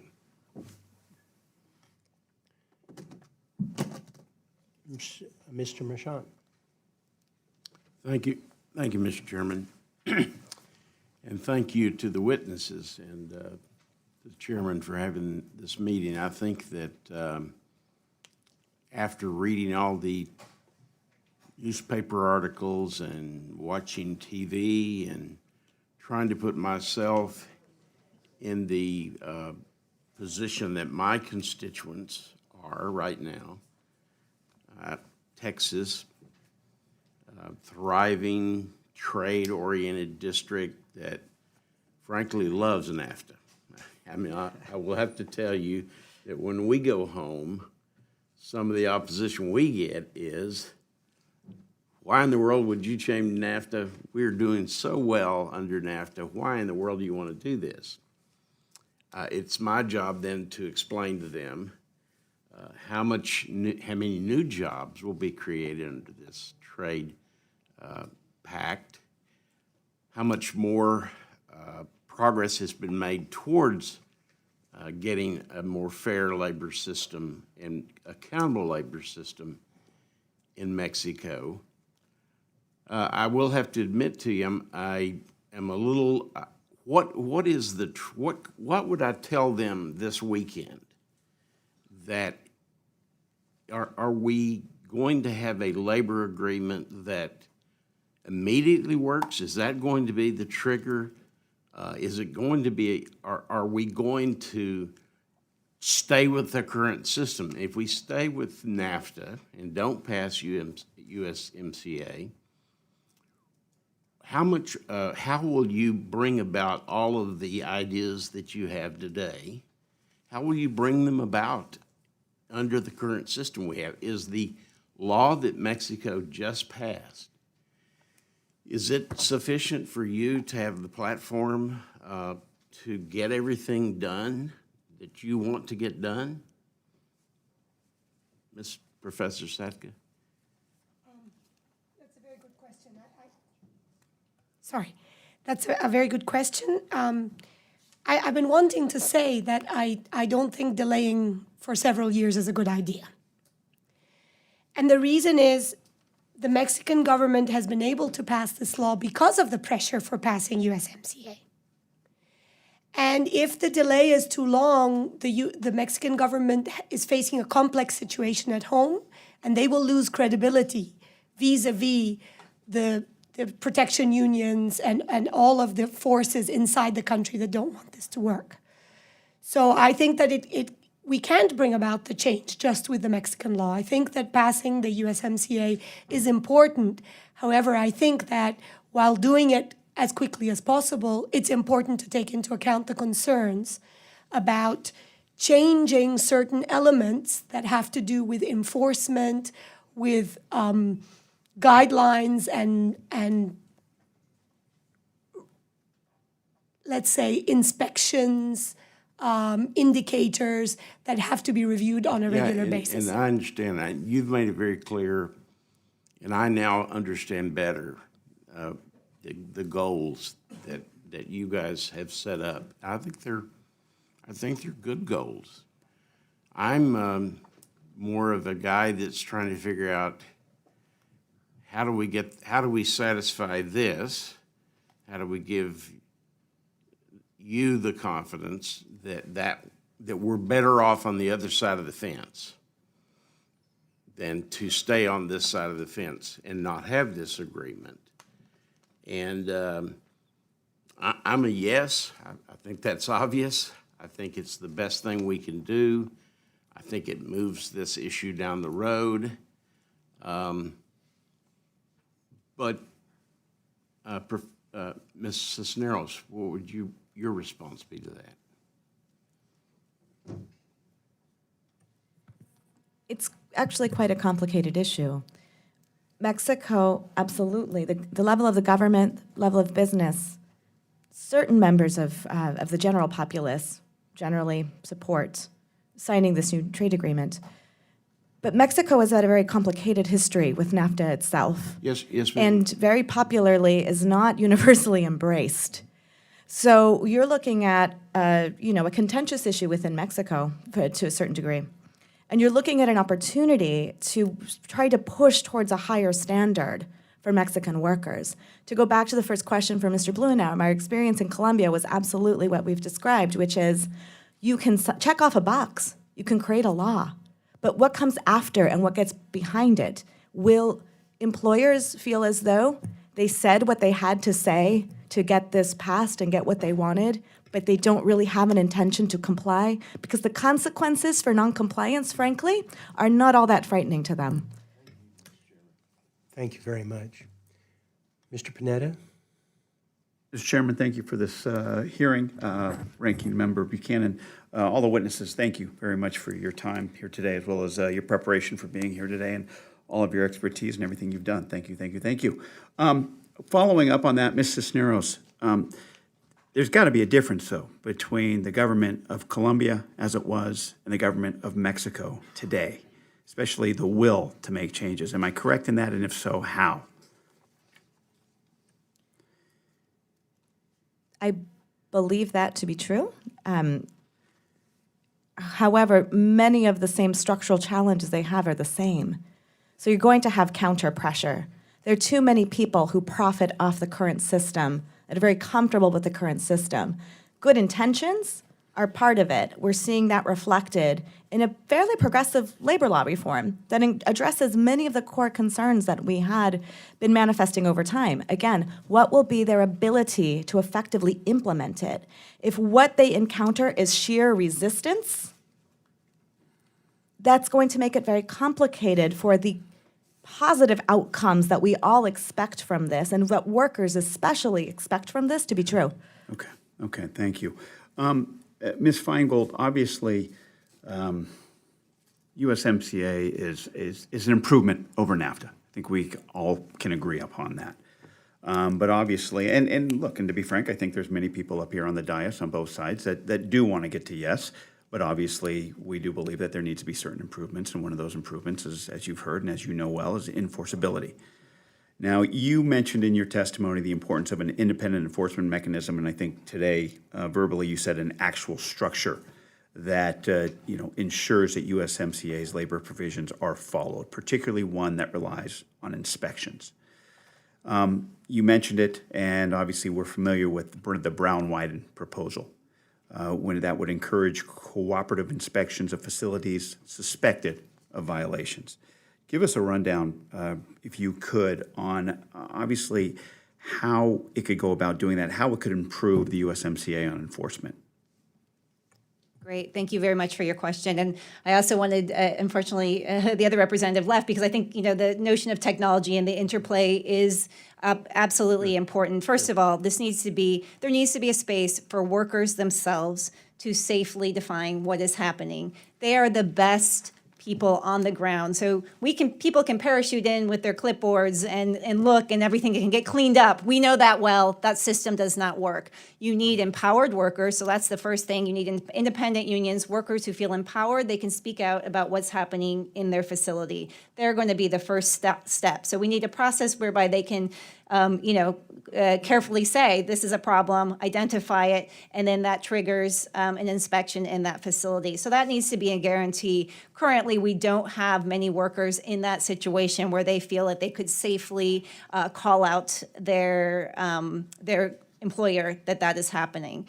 I also think you need a structure that is dedicated to USMCA, because USTR or ILAB is dealing with lots of trade agreements and enforceability, and it's not happening very well. So we have put forward the idea of an ombudsperson or that kind of structure that would be responsible for staying focused on the USMCA as how it's moving forward and the enforceability. So those are just some ideas, but happy to discuss further. Okay, good. You also talked about workplace inspections occurring at different rates in different industries. Would it be beneficial, though, to focus on one particular industry over the other? Is there any one in particular? I would say that we would, especially because we represent various industries, we would want to see, whether it's in aerospace, manufacturing, auto, a diversity of workplaces we would want to see inspected. I don't think it's going to pay off just to do one and then try to improve it, and then everything runs over here and you still have egregious worker rights violations. What we're trying to do is fix the system as a whole, and so you're going to have it across various industries. Understood. Now, if, by chance, and hopefully that if something comes about from the Brown-Wyden proposal, aren't we going to have to bring it to the other partners and make sure that they're committed to such a proposal as well? Absolutely, and we believe that's how it should happen. And I know that we've heard the Mexican ambassador herself has raised the issue about being able to do it here in the U.S., and the AFL-CIO would say, that's fine. Perhaps, we want to look at migrant workers in agriculture in our own industries, which has been raised by the Mexican government, so we would support that proposal. Understood. I yield back. Thank you. Thank you. Mr. Higgins? Thank you, Mr. Chairman. When the North American Free Trade Agreement was negotiated, the explicit stated goal was the integration of Mexico, a developing economy, with the highly developed, high-wage economies of the United States and Canada. Throughout the agreement, they characterized it as wage convergence. For each of you, has that objective been met? Professor Sadka? No, clearly. Mrs. Narrows? No, wages have been actively suppressed. Professor? Rights, wages are significantly lower than when NAFTA was passed. Ms. Feingold? Wages have been suppressed. The minimum wage in Mexico today is $5.10 a day, up from $5.70 a day in the year previous. That's about 64 cents an hour. Unionization among working population in Mexico has decreased from 22.4% pre-NAFTA to 11% today. The GDP growth in Mexico has been about 1%, and the poverty rates today are higher than they were pre-NAFTA. You're familiar with the maquiladora factories. There's about 1 million workers working in about 3,000 of them. The conditions have been characterized, even by objective observers, as deplorable, inhumane. United States manufacturing jobs prior to NAFTA were 17 million. Today it's 12 million. That's 5 million jobs that were lost. And 53,000 American manufacturing businesses have closed. The first U.S. trade agreement was with Israel in 1985. The second was with Canada in 1988. The Canadian trade agreement between the United States and Canada made a lot of sense. Canada is an economy of almost $2 trillion. It's a mixed economy. There is a profound respect for worker rights, for the environment, for human rights. The U.S. economy is a $21 trillion economy, 70% consumption, richest economy in the world. Of course, everybody wants to trade with the United States. How can we expect, and the other thing we did, we betrayed our own workers. There was language in the North American Free Trade Agreement that talked about trade adjustment assistance. You know what that said to the manufacturing worker where I live in Buffalo? You're going to lose your job, and we're going to give you a little money to appease you, but it's not real money. It's not real worker training. And I want a commitment on the part of this administration to do a robust trade adjustment assistance, because I know what is going to occur. There is going to be continued job losses. The economy has changed profoundly in the last 2.5 decades. But when you're a large economy like the United States, there's going to be a loss of workers. When you're looking at trying to prop up a Mexican economy that's developing, its leaders won't even help themselves. They're corrupt. These people don't have access to unions. They don't have access to representation. They get exploited along the northern border of Mexico and the southern border of the United States. The environment has been destroyed. These people make nothing. The cost of living is 30% higher in that area as well. So I think this administration has a long way to go before, based on fact and nothing more, not politics, not anything, based on fact relative to wages, relative to worker rights, relative to the environment, to convince us that a new NAFTA is in the best interest of all of us. Ms. Feingold. Thank you very much. I think that's an important analysis, so a few comments. One is around the maquiladora, or the export processing zone. That was a very intentional model, and it's a model that has been expanded around the world. It's a model that results in tax incentives, so companies move there. Our own corporations here made some very clear choices about moving out of Buffalo and moving to places where they knew that there would be no free unionization there, that wages would be suppressed, that there would be no worker organizing. Those were intentional decisions. And so again, corporations can and should be held accountable for those decisions, but it's an economic model that continues to expand. On TAA, we agree with you. TAA has not served the interests of working people in the way it should. I think that we need to look at trade policy as just one piece of the full policy landscape that working people need. They need labor law reform. They need health care. So I think all of that, the analysis is very important. Thank you. Thank you.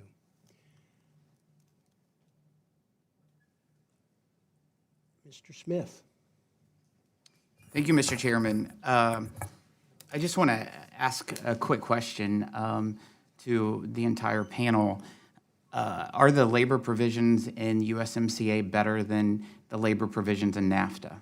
Just yes or no? Yes. Yes.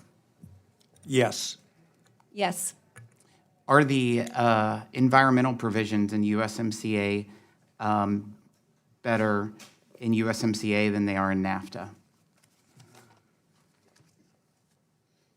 I believe so. I couldn't speak to that, I'm sorry. I think the challenge is greater, so I would say no. Agreed, not really. Okay, the last witness, why not really? Well, I think first of all, we're comparing a very we had a side agreement, so nothing was enforceable in the first NAFTA. And 25 years later, we know we have a real crisis on our hands, a real environmental crisis. And so there were requests to make a more robust environmental chapter, which I don't think was realized in this NAFTA. And given the current crisis that now the world understands 25 years on, I think we do not have the most effective environmental So the fact that NAFTA did not have any environmental regulations within the agreement and USMCA does, it clearly is better than NAFTA. It is better than the very weak NAFTA. That's all that I asked was yes or no if it's better, and you said not really. So the fact that NAFTA had no environmental requirements, it was just a side agreement, and USMCA does have it within the agreement, it shows that it's better. So that's my whole point, Mr. Chairman, is that we know without a doubt, Republicans and Democrats will agree that USMCA is better than NAFTA. That's clearly 8 out of 10 Republicans and Democrats will say that. The American workers, the American farmers need the benefits of this trade agreement. They need a vote. We need a vote in the House. 2 months ago, ITC confirmed this is a great agreement for American workers. USMCA will increase the U.S. employment by thousands of jobs and increase GDP. On top of that, Mexico's labor obligations in the agreement will further protect U.S. workers by ensuring a more level playing field. You all agreed to that. Members of even Democrat leadership have confirmed this is better than NAFTA for everyone. They agree that this is a good agreement, but yet we've not had a vote. We need to get to have a vote. Everyone agrees that thanks to U.S. leadership, the labor provisions in this agreement are groundbreaking In April, Mexico successfully passed the legislation to update its laws. Last week, they became the first country to ratify the agreement, and Mexico has confirmed it is ready and willing to work with the U.S. on implementation. Democrats want enforcement, Republicans want enforcement. How can we ask Mexico to comply with a trade agreement that we have not yet even passed? In our hearing last week, the ambassador said to me, quote, "The whole exercise is meaningless without enactment," close quote. His words could not be truer. USMCA is a strong trade agreement that will benefit every American worker and farmer. But American workers will receive no benefit from this agreement until it is in place. Every day that we delay, American consumers, farmers, and businesses lose. The ink on USMCA is dry, and the American people are urging Congress to act. Let's take a vote. I yield back, Mr. Chairman. Thank you very much. Ms. Murphy? Thank you, Mr. Chairman, and thank you all for your testimonies today. And thank you, Mr. Chairman, for holding this hearing as well as the two previous hearings, subcommittee hearings on this issue. I think it reflects a genuine desire for us to get to yes, but to work on the issues that remain. You know, democratic concerns around workers and labor rights and the remaining issues on this agreement, which is important, but also has significant impact. Those concerns should not be construed as delay tactics. We have a responsibility in this Congress to make sure that we have the best possible trade agreement. And we also need to be able to move forward and build broad bipartisan consensus for this trade agreement. And so characterizing working on these concerns and doing our jobs as members of Congress isn't helpful in getting us to move forward on this. With that, what I'd like to say too is that, you know, we really have to commend Mexico for passing historic legislation. But implementation of that labor reform is going to be complicated. And we need creative tools and ideas to ensure that implementation stays on track down the road. Because we all know that if these reforms aren't implemented correctly, the broken state-to-state dispute settlement in the new NAFTA does not provide Congress or workers the confidence that this agreement can and will be enforced. Ms. Cisneros, given that implementation of the labor reform law is slated to take a few years, what concrete milestones and improvements should we look for in the short term to be able to assess if Mexico is heading in the right direction? Thank you for that question, Representative Murphy. I think I have colleagues who are happy to elaborate on this as well. I think one one indicator could potentially be outlining some outstanding key cases that could be resolved in the immediate term as a measure of goodwill and to set the right kind of precedent. We could also look at indicators that include a reduction in ghost unions, a reduction in phantom contracts. We could also track responses to new labor cases that come up, particularly those related to freedom of association, and with the practice of trying to unseat an undemocratic union and replace it with a more authentic democratic organization. So far, Mexico does not have a good track record of that. Those are very compromised elections that are subject to a lot of interference and delay. And so concrete measures can be, you know, in the next 2 years, how can we gauge whether or not the law was followed to a T? Were the timelines established complied with? Were there any workers who can testify as to how they were treated?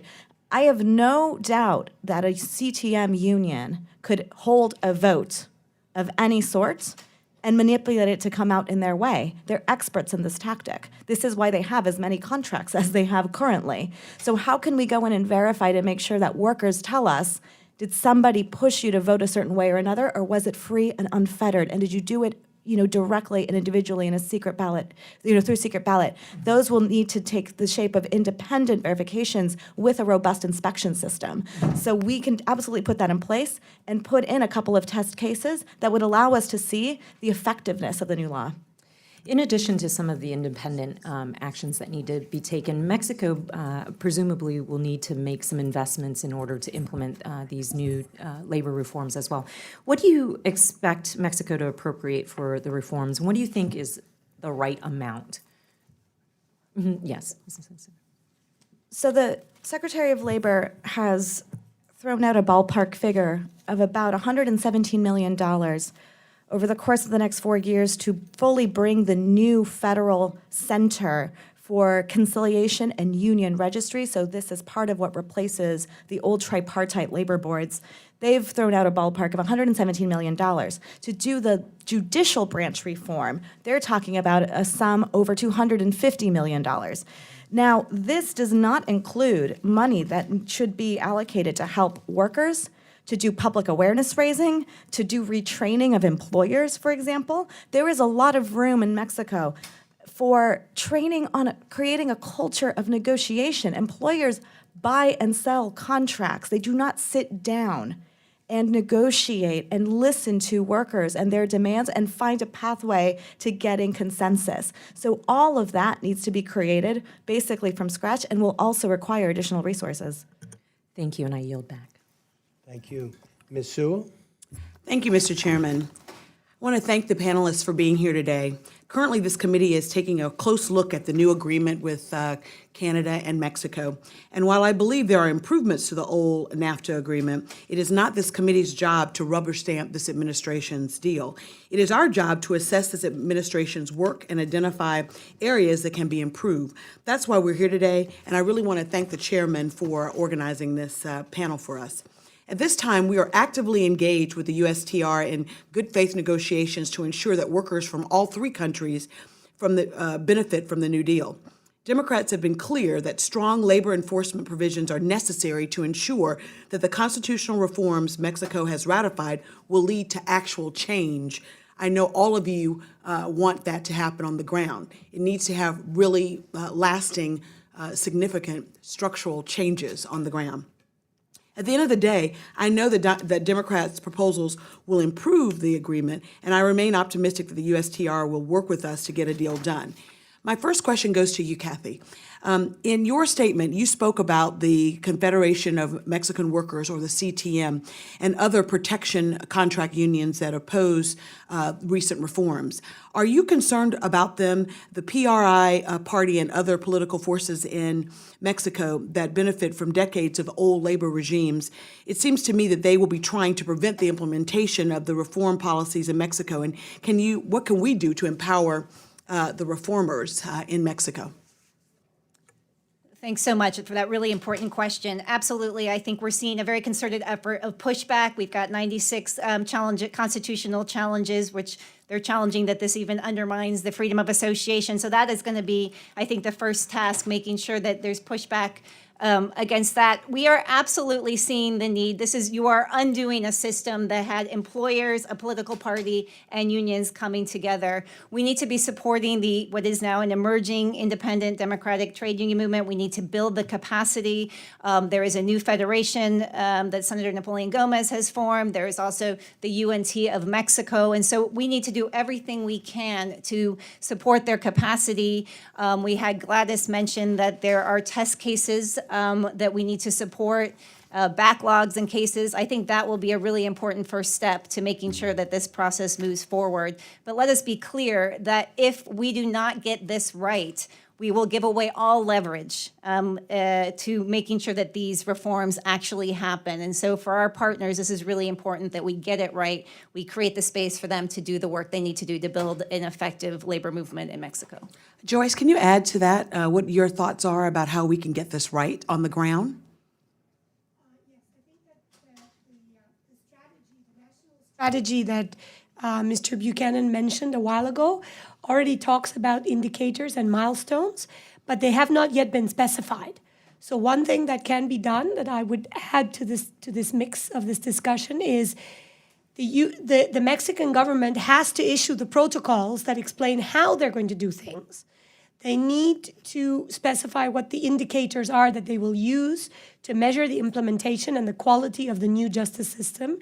And then we have to see those actually being verified with the frequency that the Mexican government itself has set up as a goal. So we all know that reforms don't happen overnight, but what signals from the Mexican government are you looking for that will demonstrate that they are taking labor reforms seriously?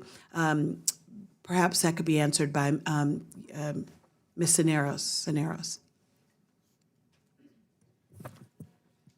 I understand that the Mexican government has created its new technical coordinating council. Dr. Sadka mentioned that in her testimony.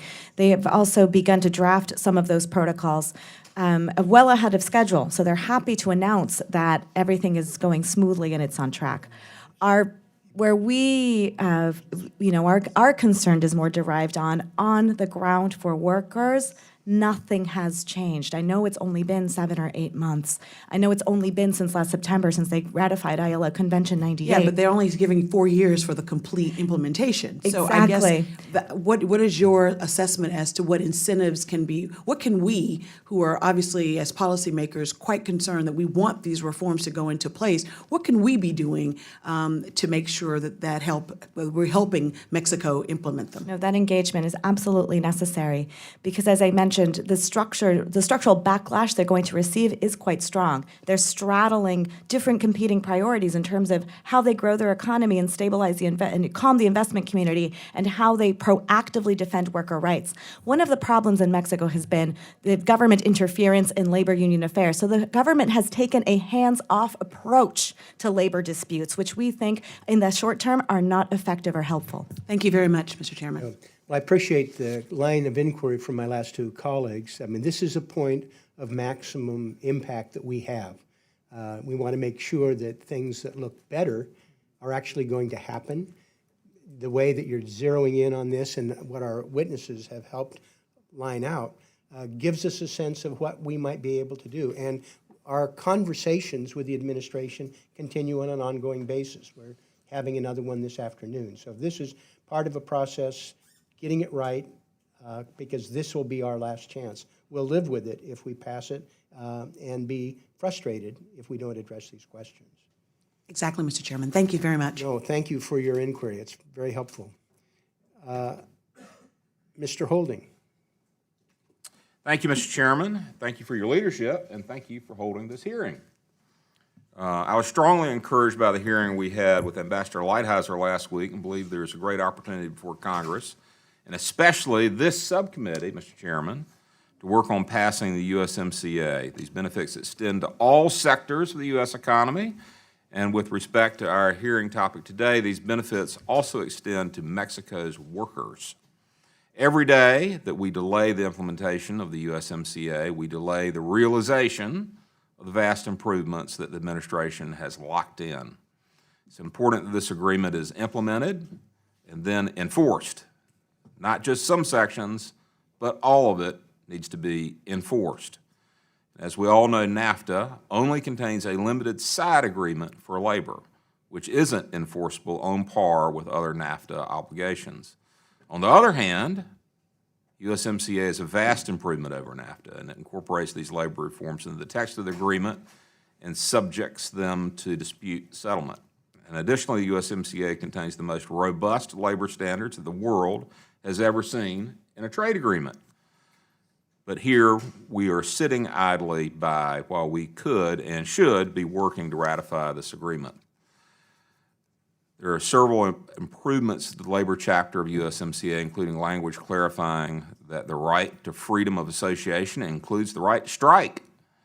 It includes commitments on forced labor, violence against workers, including migrant workers, and has sex-based discrimination. I was also encouraged when I saw the document from the Mexican Ministry of Labor entitled The National Strategy for the Implementation of the Labor Justice System. This is a detailed roadmap of Mexico's implementation of their labor law reforms.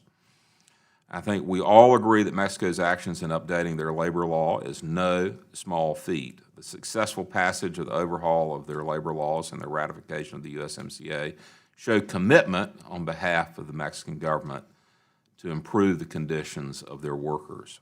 The USMCA is a tool to make sure that Mexico goes through these reforms. USMCA allows us to compel the Mexican government to do so. And without USMCA, we lose this tool. And in the same vein, without USMCA, the Mexican workers lose this tool as well. Now, Mr. Chairman, I'm sure you're aware that the U.S. International Trade Commission, ITC, is a nonpartisan independent agency, and they analyzed the agreement in detail.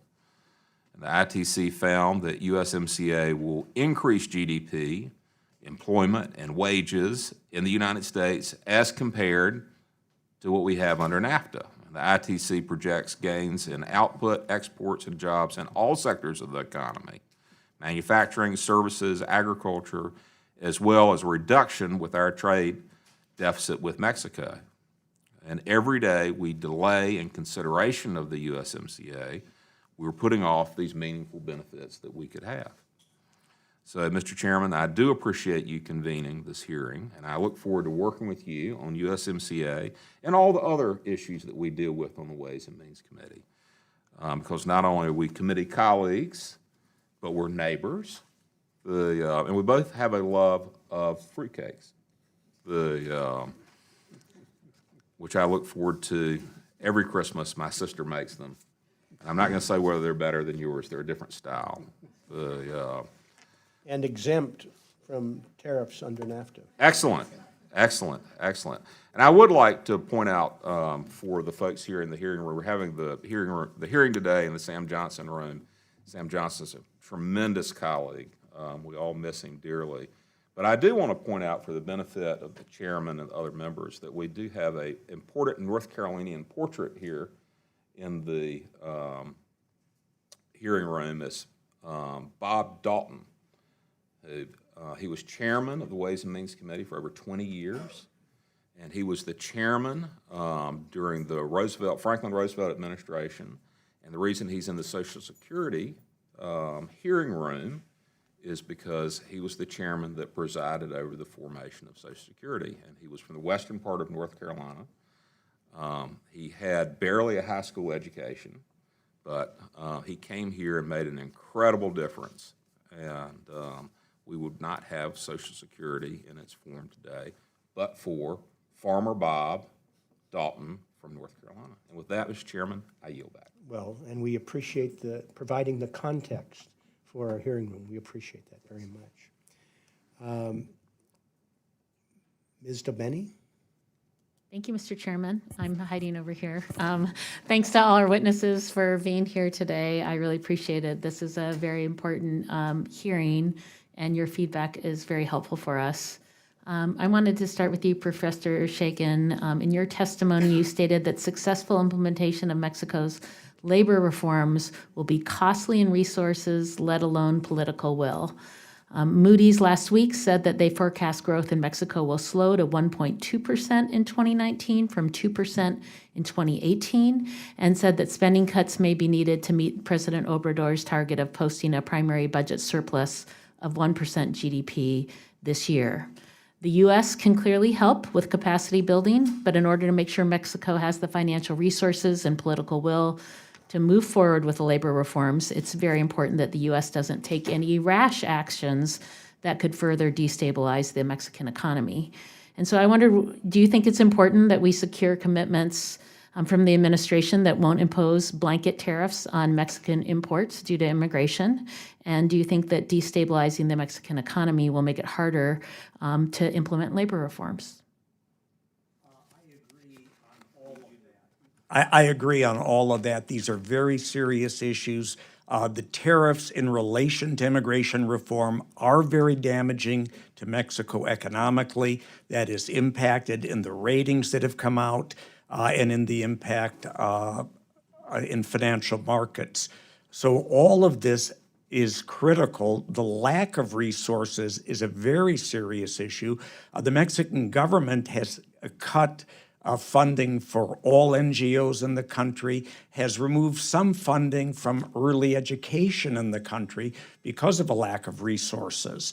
So these issues going forward definitely impact the ways in which any labor reforms will be implemented on the ground. And isn't uncertainty a big part of that? It's whether, not knowing day to day whether there will be a stable environment, that impacts the economic forecast as well. Absolutely. Uncertainty is a critical factor. It's part of the motivation of the Mexican government to have this passed quickly. But the reality is that NAFTA remains in place. Trade doesn't halt for a moment. New investment will take place, but the leverage to ensure some signs of what reform actually looks like on the ground, I think, remain critical. The Congress had an important role in the minds of many Mexicans who followed this in the passage of the constitutional amendment and in the passage of the implementing legislation, both of which are significant achievements. Our experience with NAFTA is that leverage evaporates once the agreement is ratified. So my feeling is it's important to get an agreement, but it's important for some demonstration as a precondition. Thank you. Also, one of the keys to ensuring that our trade agreements benefit United States workers and farmers is strong enforcement, which has been particularly difficult when it comes to our labor obligations. And we know that there's always been a lot of tough talk on enforcement, but the results over the past 2 years have been disappointing. There's 4 active cases, Colombia, Honduras, Peru, and the Dominican Republic, in which labor representatives have alleged that our trading partners are not in compliance with their obligations, and the administration, including USTR, have yet to take meaningful action in these cases. Ms. Feingold, I wanted to I raise these issues because basically there's some element of trust, trust that enforcement will happen. And Mexico may be able to block a dispute settlement panel from forming, but the administration says then they'll use Section 301 authority to address the issue. Putting aside the issues about using that as a unilateral enforcement mechanism, can you comment on your experience with the administration enforcing labor provisions in our existing agreements, and how important, and can we rely on trust as a way to see enforcement in the future? Thank you. The quick answer is no, because we have seen it fail time and time again. I would just raise Colombia because recently I was just down there, as was Secretary Acosta, looking at what has been happening in Colombia. And the Duque administration just passed a national development plan rolling back some of its commitments that they have internationally on improving their labor standards. And we haven't spoken publicly about that. And so again, Colombia keeps showing us time and time again, they take one step forward and then roll back, and we don't have any way of really effectively enforcing those failures here from the U.S. perspective. And so we need to get it right. It can't just be about trust. It needs to be in the agreement. It needs to be funded, and it has to be, effectively done before it gets signed. We need to see some forms of progress, some test cases, as Gladys mentioned. Thank you. I yield back, Mr. Chairman. Thank you very much. Mr. Rice? Thank you. Professor Shaken, what you were talking about earlier, first of all, let me apologize to you that I had only just came into this hearing. I would have liked to have been here, but for some reason, my Democratic chairman decided to schedule two hearings at the exact same time, so I had to choose which one I was going to be at. So I apologize. I didn't hear any of your testimony. And if I say anything that sounds ignorant of what you said, I'm sorry. So you were mentioning earlier that that the uncertainty related to potential tariffs on Mexico might hurt their economy and make it harder for them to live up to their obligations under this agreement. Let me ask you, if we dawdle with this agreement and let it hang out here for months and the uncertainty that that generates, will that not have an adverse effect on Mexico's economy? Congressman Rice, it will. Thank you, sir. I think it can be minimized, but clearly I think there would be an impact. All right, and the things that I see that are the biggest benefits to the United States under the terms of this new agreement are the increased de minimis rules on products going into Mexico, the automobile rules of origin, the minimum hourly wages for autos, the increased access for American agriculture into Mexico and Canada, the sanitary rules for Mexico, Mexican agriculture coming into the United States, and then these labor rules. did the America give up in this negotiation? You know, one side gives up this, other side gives up that. What did we give up from the old NAFTA? What did we concede? Ms. Sadka, Professor Sadka?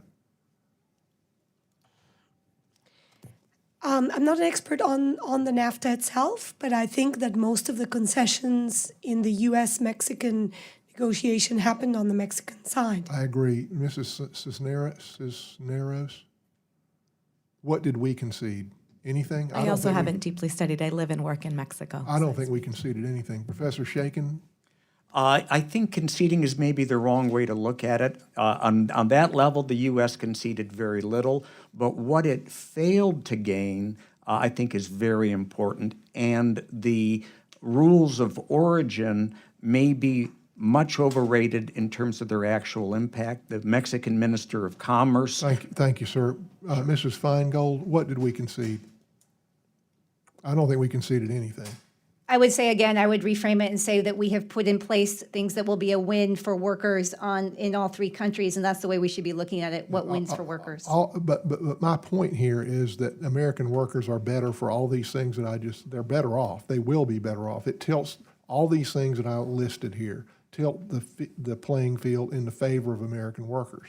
And I believe that one reason why our middle class has shrunk, perhaps the biggest reason, one reason in the last 30 years, one reason why they haven't had a substantial wage gain in the last 30 years is because we have allowed trade agreements to tilt the playing field away from them. And these are small but significant tilts back in their favor, and I think American workers can compete with anybody if the playing field is level. And I totally agree that we need to make sure these labor terms are enforced. But that being said, the estimates are that this will create 200,000 American jobs, billions of dollars in economic impact.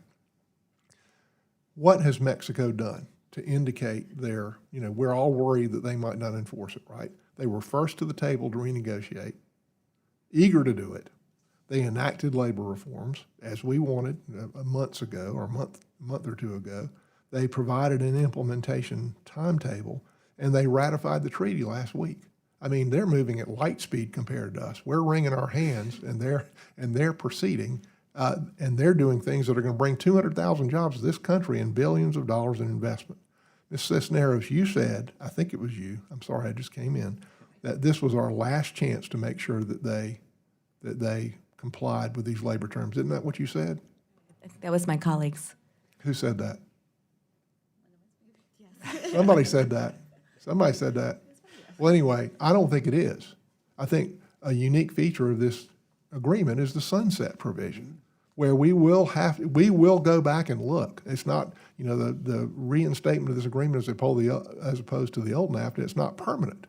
There's a sunset provision specifically for this reason, that we can go back and we can look and see that whether these things were done, the things that were promised were enforced or not. And I think it's a good addition to the agreement. And with that, Mr. Chairman, I yield back. Thank you. And I do think when you have an opportunity, I apologize, they were scheduled concurrently. That wasn't my decision. But I do think when you have an opportunity to review their testimony, you will see that there are deep concerns that what's on paper in the past has not been achieved.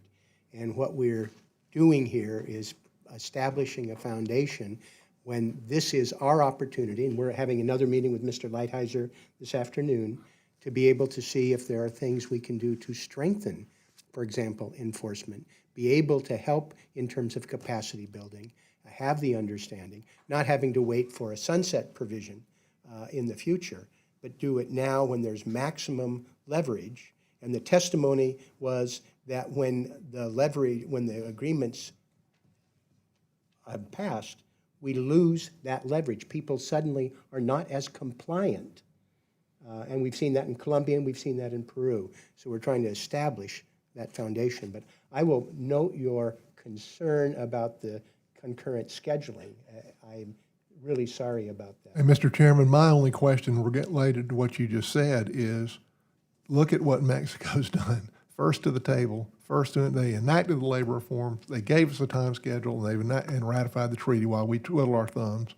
what else can we expect them to do? And that, of course, is my point, that they are eager to do this. We want to be able to make sure we have the provisions when they're interested in this, as opposed to moving past this moment when there may not be the eagerness.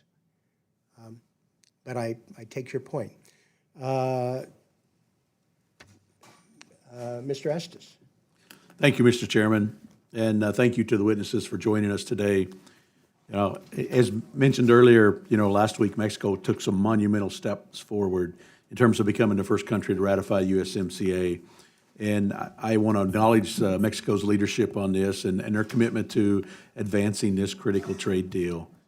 The passage follows some sweeping labor reforms that Mexico enacted in April to help meet some of those new standards set in the USMCA. Now, with these two major steps Mexico's taken to advance USMCA, while we sit back and delay a vote in Congress. And I personally believe that these good faith efforts on the part of Mexico need to be met with some action. It's our turn now in Congress.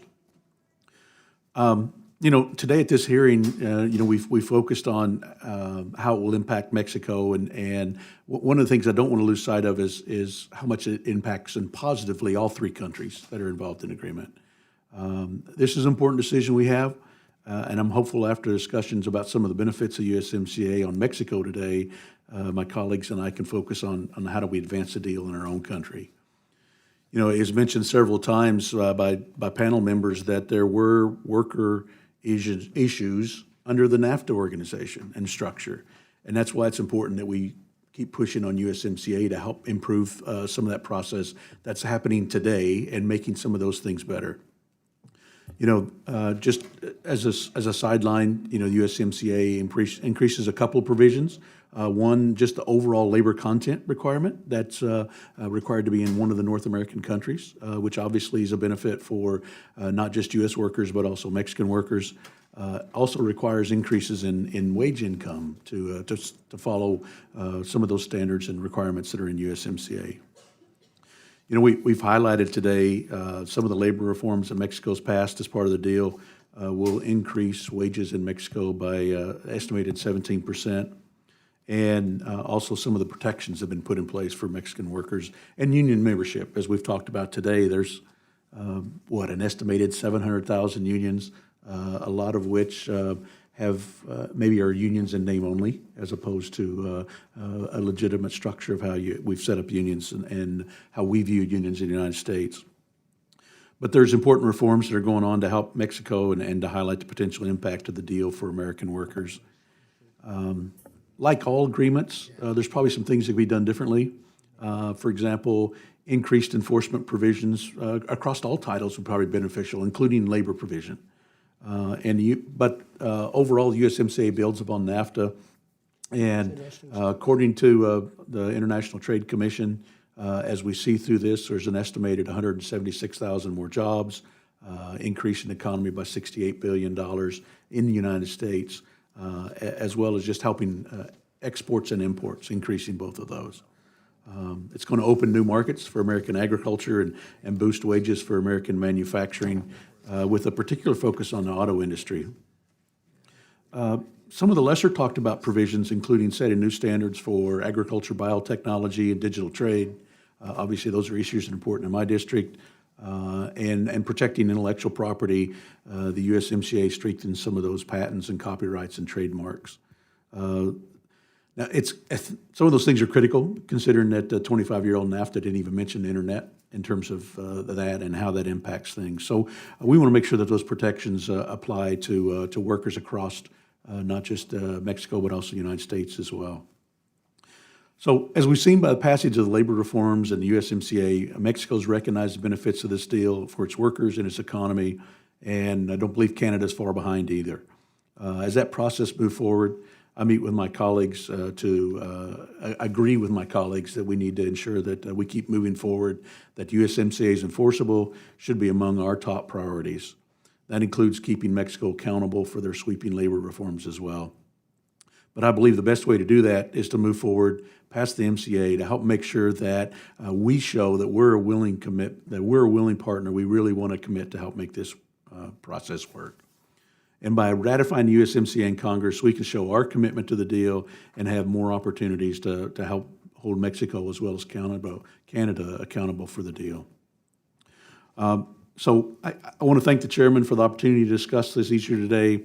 And I know the USMCA is a great standard for future trade deals and look forward to working together in a bipartisan way to finalize this deal and unleash these benefits for American farmers, workers, manufacturers, and ranchers across the country. Thank you.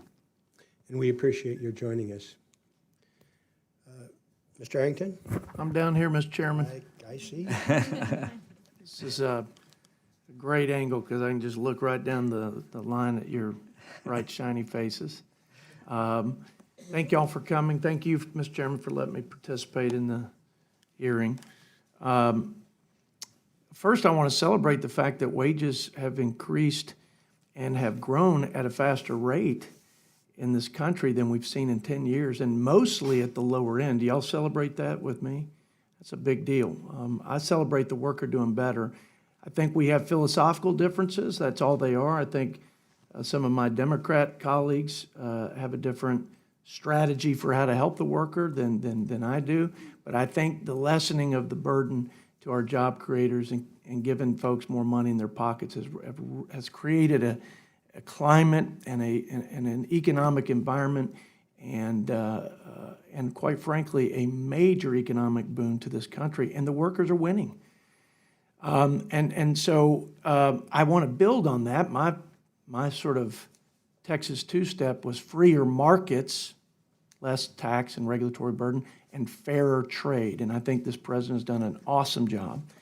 And I was encouraged by the last panel of union and labor reps who echoed that sentiment and really bragged on Ambassador Lighthizer for the excellent job he did in negotiating what is a lot further than I'm even comfortable with, quite frankly, philosophically. Now, I do think in terms of getting parity so that there is fairness, so that we're operating with the same sort of, playing by the same rules, operating under the same conditions, I think that's important.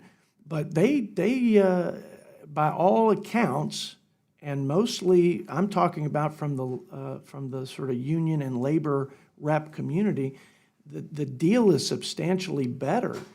Now, I get it, there's this issue of enforcement, but just on principle, with all the many labor provisions added, outside of just the 4 or 5 or whatever the core provisions for TPA, I'm talking about the worker conditions, the right to strike, secret ballot related voting activities for unions, et cetera.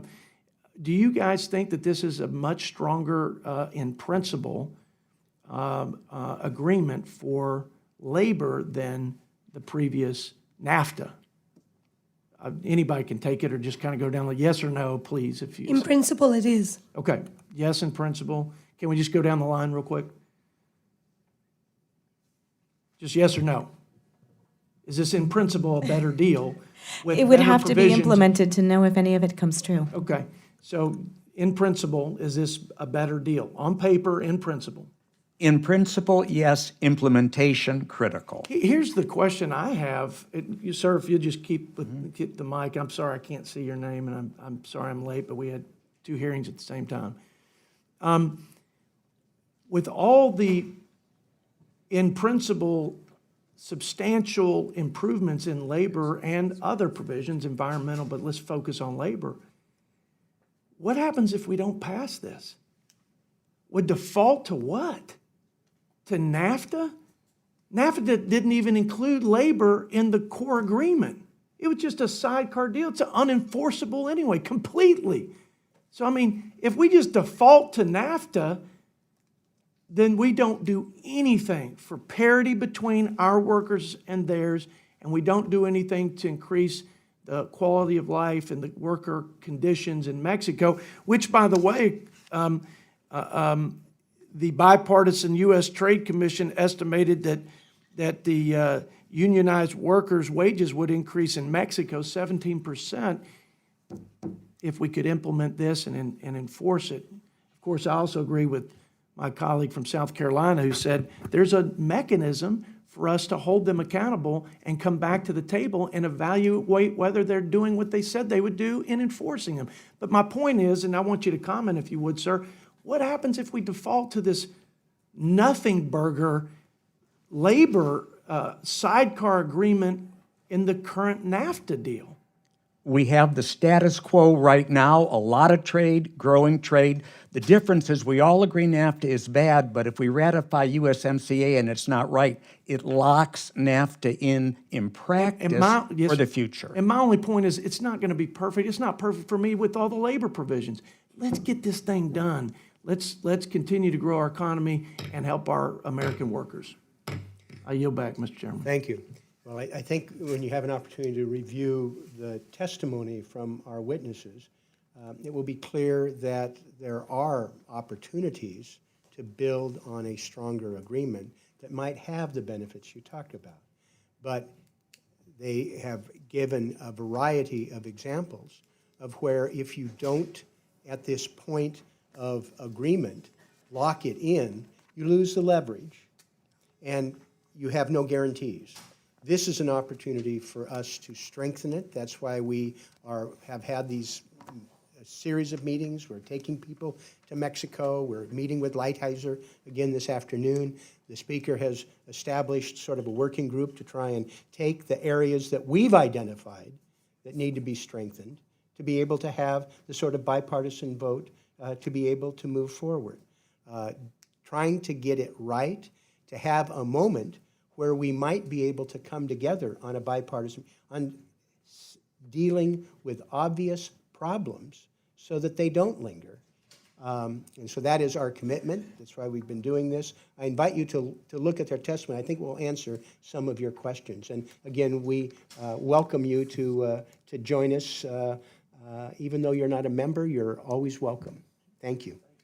And with that, we will adjourn the hearing. We have members have 2 weeks, if you wouldn't mind, to submit written questions to be answered later in writing at your leisure. It's not a homework assignment, but we really deeply appreciate your being with us, your testimony. Those questions and your answers will be made part of the formal hearing record. And with that, we'll stand adjourned unless my colleague has anything further that he wants to say. Let me just say, I just want to thank the chairman for the hearing. Thank all of you for being here today in terms of being a witness. I know in terms of Florida, that 1 in 5 jobs is trade-related. We have 15 ports. It's a big part of our business. And I also just want to say, to me, I didn't talk about that, but enforcement is absolutely incredible. You could have a document this big. I've been in business 40 years. And it's only as good as the two sides doing what they're supposed to be doing. That's kind of what you've said, Professor. And also, I just want to, in closing, just say thanks to the chairman. We're going to be going down to Mexico, taking this to another level, making sure we get the proper commitments from the government down there. Because at the end of the day, regardless of what we put together in a document, if they don't do what they're supposed to do or to enforce it, or we just put pressure on where they just sign anything, knowing that they're not going to do much with it, it's not much of an agreement. So our goal is to go down there, and thank you, Chairman, Mr. Chairman, for that. Well, we appreciate your words, your partnership, and we'll be successful, I'm sure. Yeah. Thank you. The hearing is adjourned.